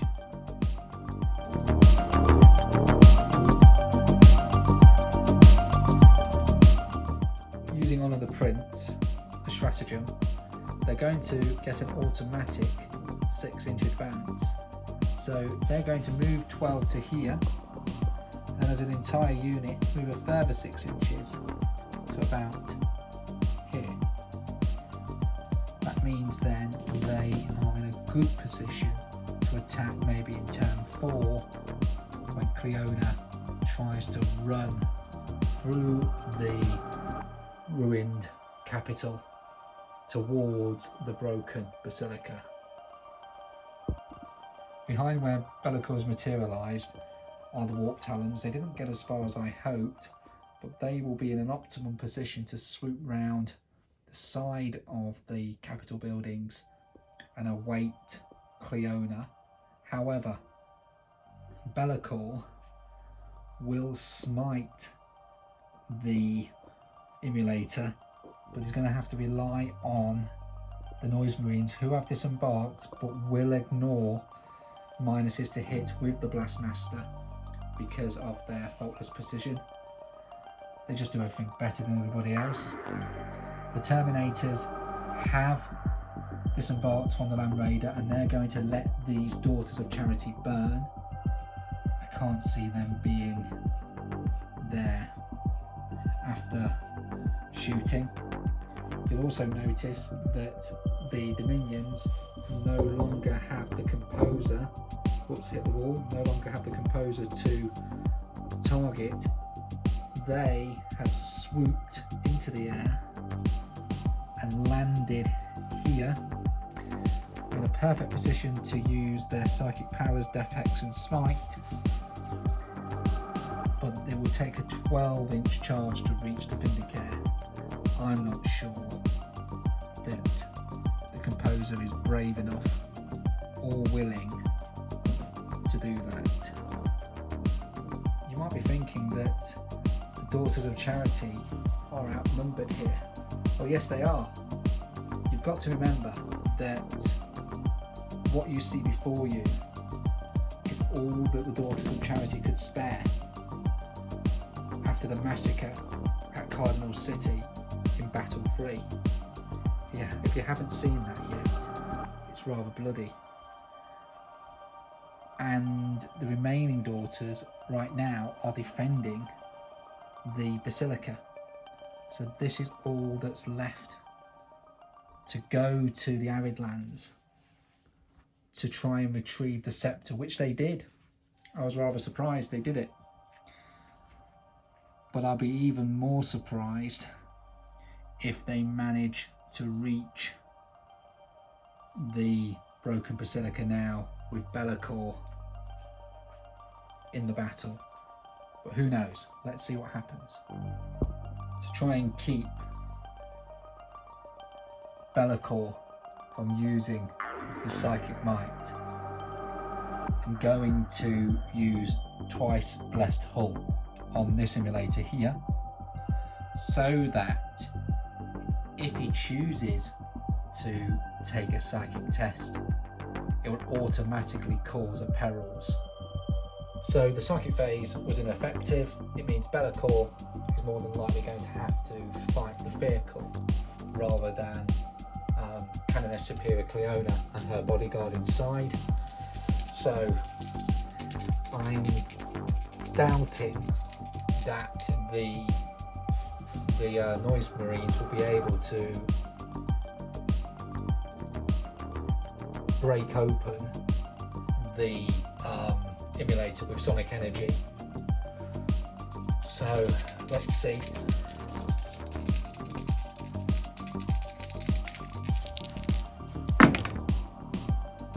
So it hits 3 times, needs 6s really, like that. So that's an additional AP, so that's -4. So it's going to go straight through, causing 3 damage and causes 1 mortal wound.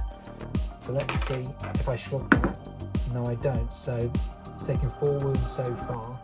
This one didn't wound, but I am going to re-roll it. Does wound. So again, extra AP. So that's 4. Crikey, this is good. So that's 8. It's got 3 left. It's going to need to save this on a 6. Let's see what happens. No, it doesn't. So, what a different turn of events that has been. Considering I thought the Noise Marines wouldn't stand a chance with excruciating frequencies. We've actually caused 4 damage, 8, 3 damage with a normal hit, 11 wounds. That vehicle is gone. Does it explode? No, it doesn't.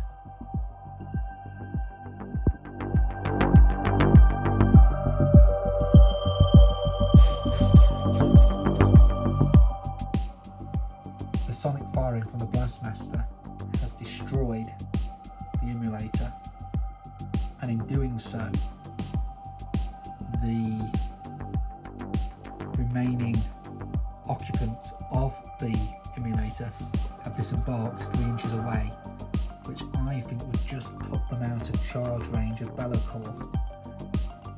But if he does attempt to charge, there is the possibility, I suppose, that they will be able to, let's pan around so you can see the front of these models, they will be able to possibly, zoom in a little bit, they will be able to possibly Overwatch. We will see about that. As you can see, the models compared to the scale of everything else, it's incredible.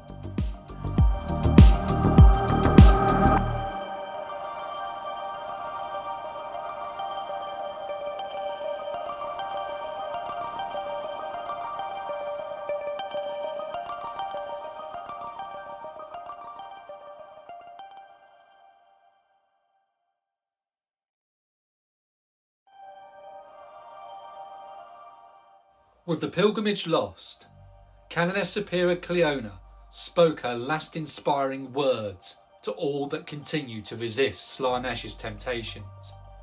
I appeal to you, by the mercies of the God Emperor, to present your bodies as a living sacrifice, holy and acceptable to him. Do not be conformed by the debauchery and devastation on Shrine World, but be transformed by the renewal of your mind. Reaffirm what you know as true, that by testing your resolve, you may discern what is his will. Survive or die, we will do so willingly. So the Terminators, who have disembarked from the Land Raider, are going to let the galaxy burn. Well, let these Holy Sisters burn first with the Combi Flamer, and whatever's left is going to have to face the two Combi Plasmas and Combi Melters in that squad. We will then move on to the next turn for the Daughters of Charity, where hopefully, if I come round, Canoness Superior Cleona will make her way through the ruined buildings of Shrine's capital towards the broken Basilica. So using Let the Galaxy Burn, we're going to ameliorate these worshippers of the false god with Warp Flame. Let the Galaxy Burn. So 6 shots. We need 3s to wound. All of them. Now these would be -1, but Armour Contempt means we ignore that. So we've got 6 saves to make. Not a very good start for the sisters.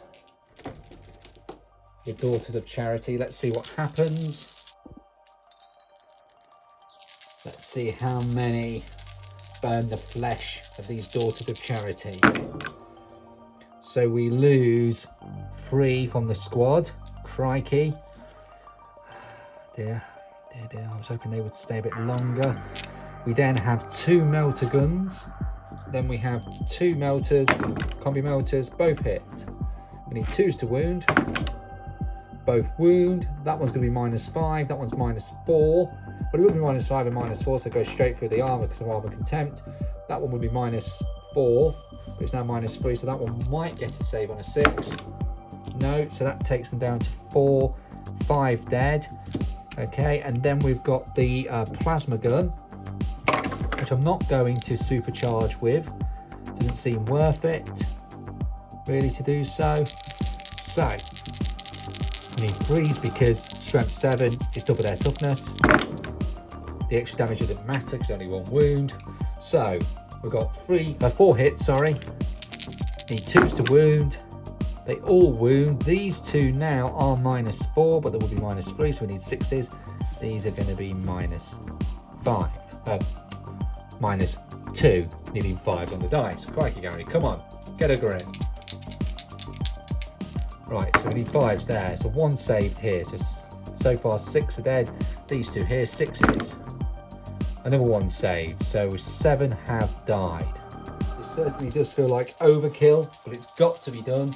For the twin soul shatter las cannons, there are 2 of them, so 4 shots in total. We need 3s to hit. Okay, that's not bad going at all. We now need 2s to wound. They're all wounded. These are now -4, keeping them at -3, which is the original stat line. These ones here, this one here would be -2, so we need a 5 for that one. This could kill the unit. So that one's dead. Let's roll the damage, just for fun. So 5 wounds taken. Crikey. And these here, both dead. Let's do the wounds. I should probably use that dice. So 8 wounds taken, and this one here, another 8 wounds taken. They are gone. You don't need the bronze package from Vanguard Tactics to know that every turn is an opportunity to move forward. The Terminators there have lost the opportunity to move forward through a charge to get closer to Canoness Superior Cleona because they destroyed them in the shooting phase. We now move on to the Daughters of Charity, where Canoness Superior Cleona's got to do her best to make her way through the ruins of Shrine's capital towards the broken Basilica. For her right now, all she knows is that her daughters are defending the Basilica from the Emperor's children. These Emperor's children broke through from the other battle board, but Canoness Cleona down here doesn't know that yet, and will not know that until turn 5. But by then she could be dead, because the remaining Daughters of Charity, what's left of them from the Arid Lands, have got to make a stalling action really. They do have some support from an Eversor assassin who will have to charge Be'lakor. Looking forward to that. And my friend here, the Eversor assassin, the Vindicare assassin, sorry, get it right, Gary, who failed to kill the composer, is going to be in a lot of danger next turn. But for now, they don't know they are there. And they will continue to try and pick off as many of the incoming Emperor's children from the Arid Lands who have given chase because they failed to capture the Scepter of Correction. These Dominions, with their multi-melters and Stormbolters, are going to try their best to deal some damage towards Be'lakor, because Be'lakor, the first Demon Prince, is closest. It makes sense to. My difficulty, however, is here. I need Canoness Superior Cleona, sorry, to make it all the way through the ruins. For her to be able to do that, she's going to have to advance. Remember what I said about every turn being an opportunity to move. Now, you know the rules, that characters have to make their own advance charges. That's her bodyguard. Would a bodyguard say, right, you advance forward and we'll see how far we can go? So I'm going to make that roll together for those, because narratively it makes sense. And I might be able to improve it because of the use of a holy dice or using the cherub. We'll have to see. The danger is, which you can just see over there, are those warped talons who have managed to get back into coherency after searching the Arid Lands for the pilgrimage, what's left of the pilgrimage. Remember, the majority of the daughters are here, are on these lines here fighting right now. You're going to have to imagine that. You've just seen it. You can do that. Okay? And they obviously want to get back to the daughters in time to activate that faith switch, which you've seen in the story so far, using a bit of Indiana Jones.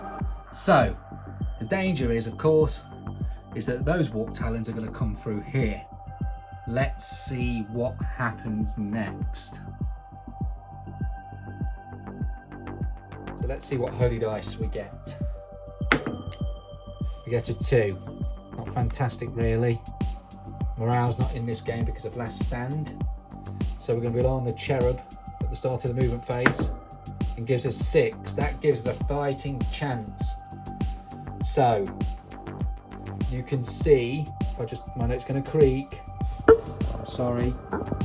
That's where Canoness Magella is. Canoness Cleona, sorry. The names that I'm using for my characters are from Irish fairy tales. A significant friend of mine, her daughters are named after these fairy tales, so I figured they're nice girls. I will name my characters after them. You'll also notice in a minute that I'm wearing a Christmas jumper because we've just put up our Christmas tree at school where I'm one of the head teachers, and it was a nice experience. So they're going to move 12. Don't worry, I don't move as quick as the Flash.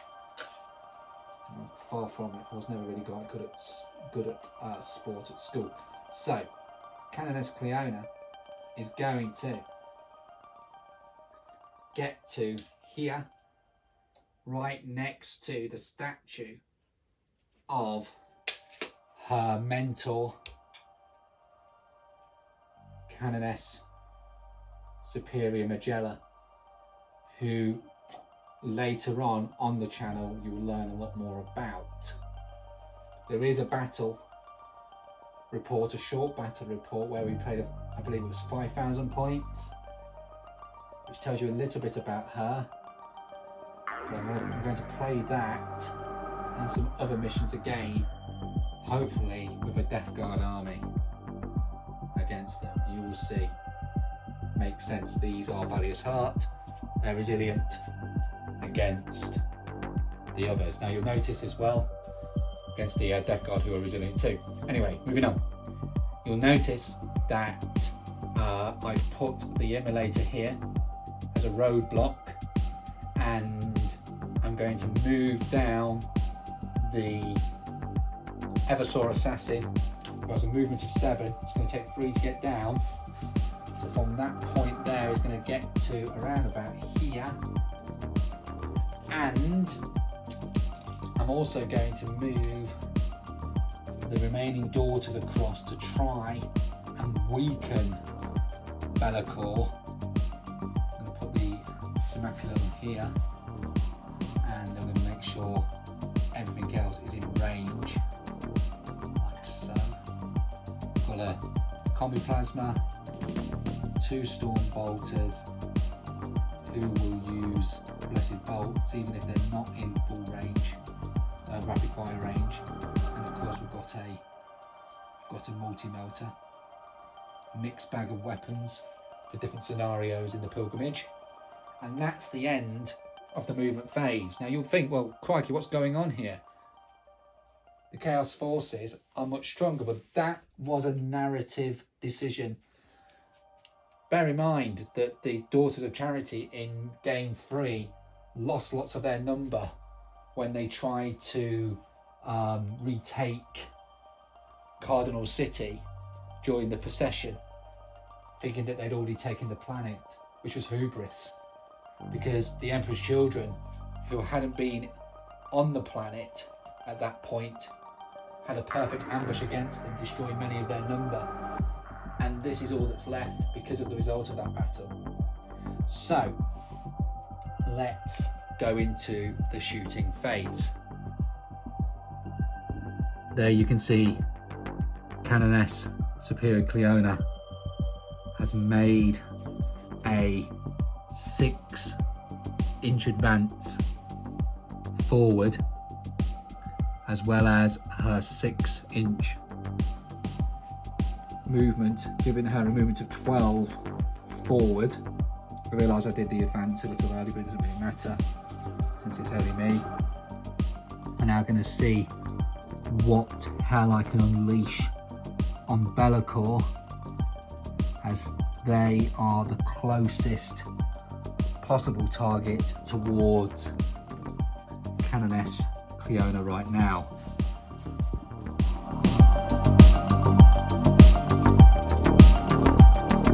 Because of Be'lakor's shadowy form, neither of the holy dice are going to come in handy, because you subtract 1 from the hit roll. So we're going to start with the Flamer, D6, the 6 hits. Now the Administorum Flamer is strength 5. we will see what damage we do. To wound, we would normally need 5s. We subtract 1 from the dice, so we're going to need 6s to wound Be'lakor. Let's see what happens.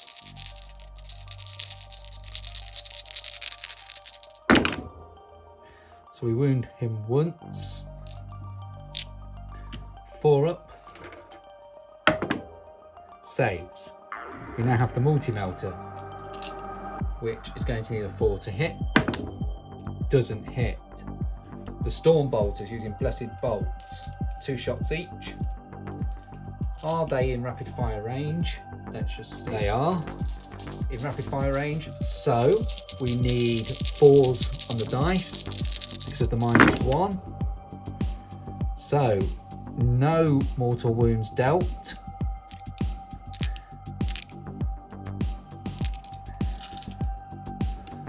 We now would normally need 5s. We're going to need 6s. No wounds. Look how hard it is to kill this first Demon Prince of Chaos, anointed by all the gods. I'm rapid firing with the combi plasma. I need that strength 8. So 2 hits, resounding hits. I now need 4s to wound. I need 5s on the dice because of the -1. So that would normally be a wound, but unfortunately isn't. Crikey. And that's the end of the shooting for them.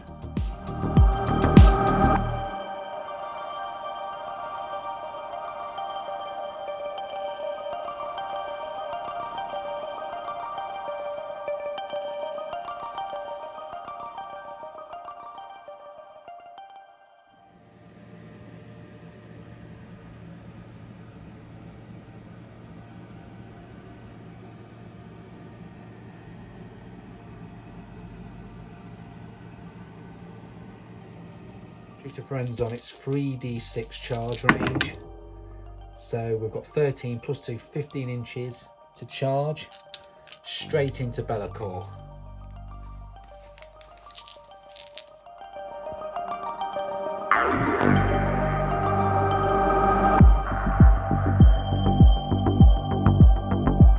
It is as if hope on this side of the board has been lost with that round of shooting. And the only hope that remains is for Canoness Superior Cleona to make it to the broken Basilica just as the Emperor's children break through the defenders' lines. Can these Daughters of Charity, the remaining retributors on the parapets, do anything to thin their numbers? You can just see behind the statue there is Lucius reborn from the joy Canoness Sorcia took killing him at Cardinal City. He will want to add another Daughters of Charity's face, Canoness Superior Cleona's face, to the distorted armour which bears the screams of those who have taken pleasure from killing the swordsman. So 6 attacks with the Eversor Assassin.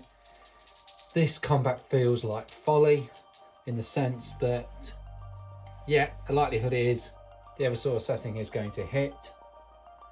To wound, however, it's going to need 6s with its gauntlet because of the -1 to wound, and it won't be able to re-roll the wound roll despite the weapon profile because of the shadowy form of Be'lakor. So it's going to be a difficult task. I remember Eversor Assassins being better in 2nd edition than now. Last time I played them. Anyway, showing my age. So they miss. We now would normally need 5s, but now need 6s. So 1 wound. 4 up. Bellicor takes a wound. I think apathy got to me there. Remember the motto of the channel, mistakes will be made. Well, I can re-roll the Neuro Gauntlet. So I'm going to do that right now. Still don't wound, but it was a chance. So now we move on to Bellicor. Bellicor gets 6 attacks using Piercing Strike from the Blade of Shadows. He needs 2s to hit, and he's hitting at +4 strength, so he needs 2s to wound. 2s to hit, 2s to wound. Okay, so 4 wounds have been taken. These are at -4, but the Eversor Assassin has a 4 up invulnerable. Let's see what happens. Saves them all. So Bellicor is trapped in combat. Eversor Assassin, you have proved me wrong. If Bellicor had killed the assassin, the Eversor Assassin, he would have been closer and no doubt would have made a successful charge against Canoness Superior Cleona. That task now, whoops daisy, that task now is up to these Warp Talons, who are going to swoop down in the charge phase and attack Canoness Cleona and her bodyguard. They are going to need an 11-inch charge, so we will use Honour the Prince. So we just need a dice roll of 5 or 6. It's a possibility. They are going to be supported as well by the Composer. The Composer is going to swoop down, maybe do a smite, and then charge, ignoring the predations of the Eversor Assassin, the Vindicator Assassin, who has largely been ineffective this game. The rest of the Emperor's Children will close the net, so there's no way to escape for these daughters, and the likelihood is that they will be dead. Remember what I said, hope is now on this side of the board here as we reach towards the Basilica. We will then have turn 5 for the daughters, including the Retributors at the top, and that might mean that some of these Chosen and Lucius might not be there. Can you see what I've done? I've linked the table that was over here, sorry that's the light, to this table. This is a 4x8 table. So really, we played this battle on a 4x16 table. Exciting, eh? So, let's get rolling. Terminators will hold the back line, just in case any of these Daughters of Charity try to escape. The Noise Marines have made their intent very clear. They have advanced forward and are going to use all their sonic weaponry using excruciating frequencies to murder these daughters, these pious bitches who continue to spurt falsehoods about the false corpse god, their forefather who they betrayed 10 millennia ago. Over here, going to start with a smite to try and remove a couple of these bodyguards. And then after the shooting, we've got this very important charge from these warp talons who are going to honour their prince and only need a 5 and 6 on the dice. So let's see what happens. Be'lakor stays where he is. I would imagine that Eversor Assassin will not be as lucky this time, and the Blast Master is going to see if it can do the same again to this Immolator. If physical violence isn't going to destroy the Eversor Assassin, Be'lakor's Psychic Might will. Needs a 6 on the dice to activate the Train Shades. Goes off with an 8. I now roll 6d6 equal to the number of attacks the Eversor Assassin has. Any 6s are mortal wounds. 1 mortal wound is caused. Not the result Be'lakor would have wanted. I'm now going to do a smite. I've already done 1, so this is going to be a warp charge 6. Goes off. It's not a super smite, but could kill on a 6. Doesn't. So the Eversor Assassin has 2 wounds left. The Composer is also going to cast Death Hex. Now, because I've advanced Canoness Superior Cleona and her bodyguard as a unit, if this is successful, I think it's only fair, narratively fair, that she lose her invulnerable save as well. So it goes off with an 8, so that means, unfortunately for her, if I can deny it, I will.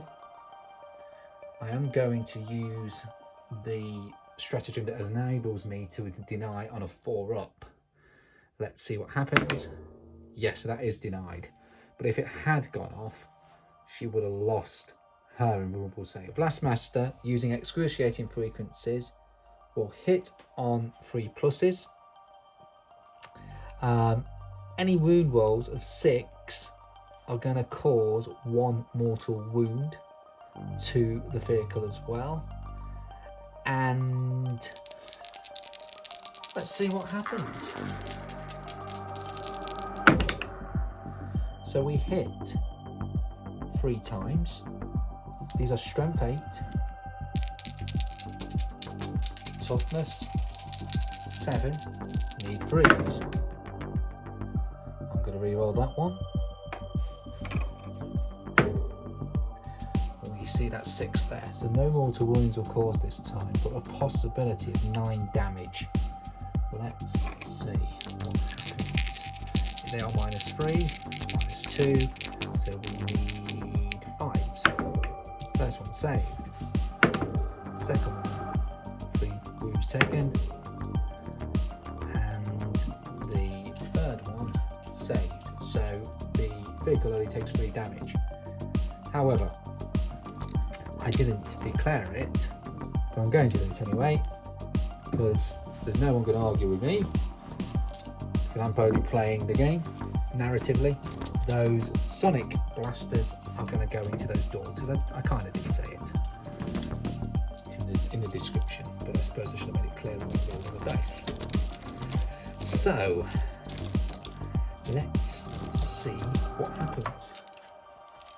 While I'm just sorting this out, I would really like to say thank you to everybody who's watched, whether all of this campaign or just a part of this campaign. It's been a joy to produce. It's the kind of way I like to play 40k. It's not for everybody, but I'm just glad you keep supporting Dominic and I with this channel. It's Dominic's channel, and I said, could I do some filming for it? And he gracefully said, yes, Gary, come and help. So there's going to be lots of new content coming soon. Dominic's a bit more prolific than I am, but that's okay. And keep watching, keep supporting both of us, please. So, these are going to need freeze to hit. They are strength 4, so they'll need freeze to wound. The AP isn't going to matter if we get 6s. However, what will matter is, well, it won't matter because if you get a 6, they get an extra, the Emperor's Children get an extra AP because of their flawless precision. However, it doesn't really matter on the wound roll because of armor and contempt. We do want to see 6s on the wound rolls because of those mortal wounds. But we've got to roll to hit first. So let's just take out all of those. I should play the stratagem to go back into wanton slaughter, because that would have made those exploding 6s. You know what? I think I will. That narratively makes sense. They want to clear these daughters, these pious bitches who have polluted Slaanesh's realm on this world for too long. So we now need freeze. I don't normally swear, but I think today I'm glad I did, to show the anger that these Emperor's Children have towards these Daughters of Charity who do not seem to want to go away. So, do we shrug that one? That's one dead already. These ones here. How many we got? So, 1, 2, 3, 4, 5, 6, 7, 8, 9, 10, 11, 12, 13, 14, 15, 16, 17, 18, 19. 19, right. So, 19 saves. 19 saves to make. Well, that's not bad at all. But unfortunately, because of the mortal wound caused, you can see why the Emperor's Children are quite frustrated with them with that dice roll, can't you? But unfortunately, they are now dead. So we now come to the crucial moment in the battle, where the composer will charge Canoness Magella and her bodyguard. The composer is in with a 9, as well as these Warp Talons who will honour their Primarch, their Prince, as well as, I would imagine, Slaanesh too, the Prince of Pleasure, to finally remove the threat of the Sceptre of Correction, which could activate the Faith switch, and in doing so, burn these heretics and change the landscape of this once holy world. Honour your Primarch and honour your Prince Warp Talons by getting a 5 or a 6 to enter combat against Canoness Superior Cleona, who has your fate in her hands.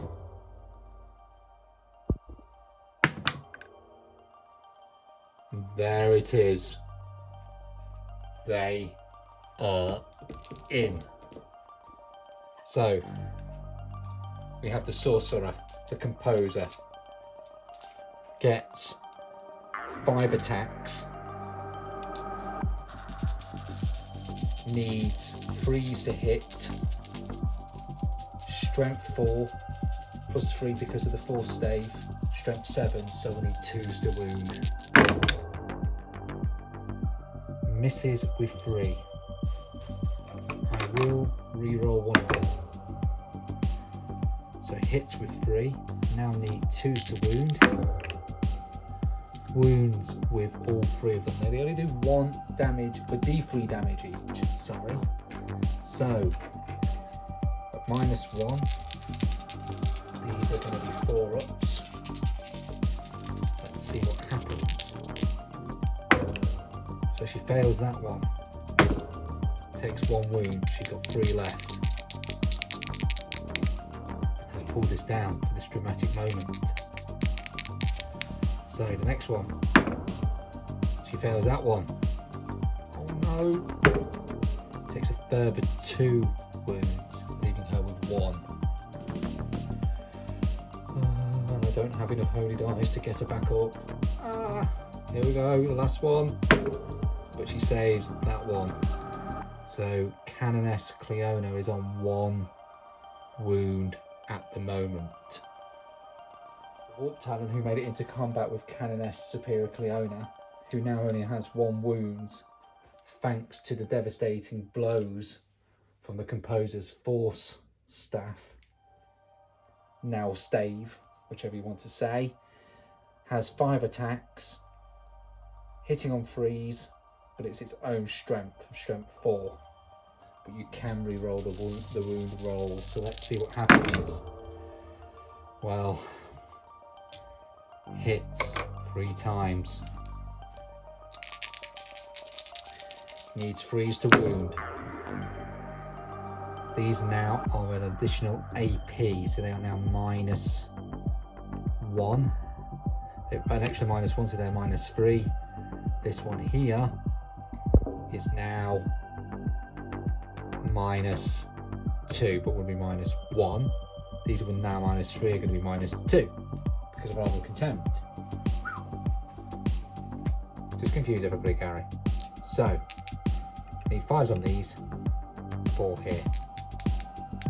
Let's do them individually. She is dead. And with that, the Scepter of Correction is retrieved by the Composer, who smashes it into the fallen Canoness's face until no one within her order can recognise her. My apologies for the bloody end of Canoness Superior Cleona. I've just finished watching House of Dragons, and that was the image I had in my head. She is now dead. The Scepter of Correction is now with the Emperor's children, and with that, this shrine world is very much now a demon world. The Daughters of Charity, though pockets of resistance still remain, are now no longer a viable force to change the fate of this planet. And Slaanesh, the Pleasure Prince, smiles with glee that his servants eventually brought this planet and its once faithful inhabitants to his thrall.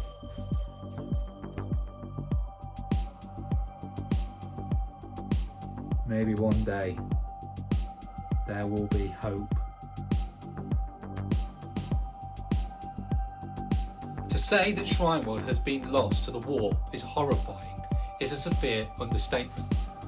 It is every sin, fear and desire of the human psyche made real. As we warned, Slaanesh provided the Cohors Nasake safe passage to Sikaris.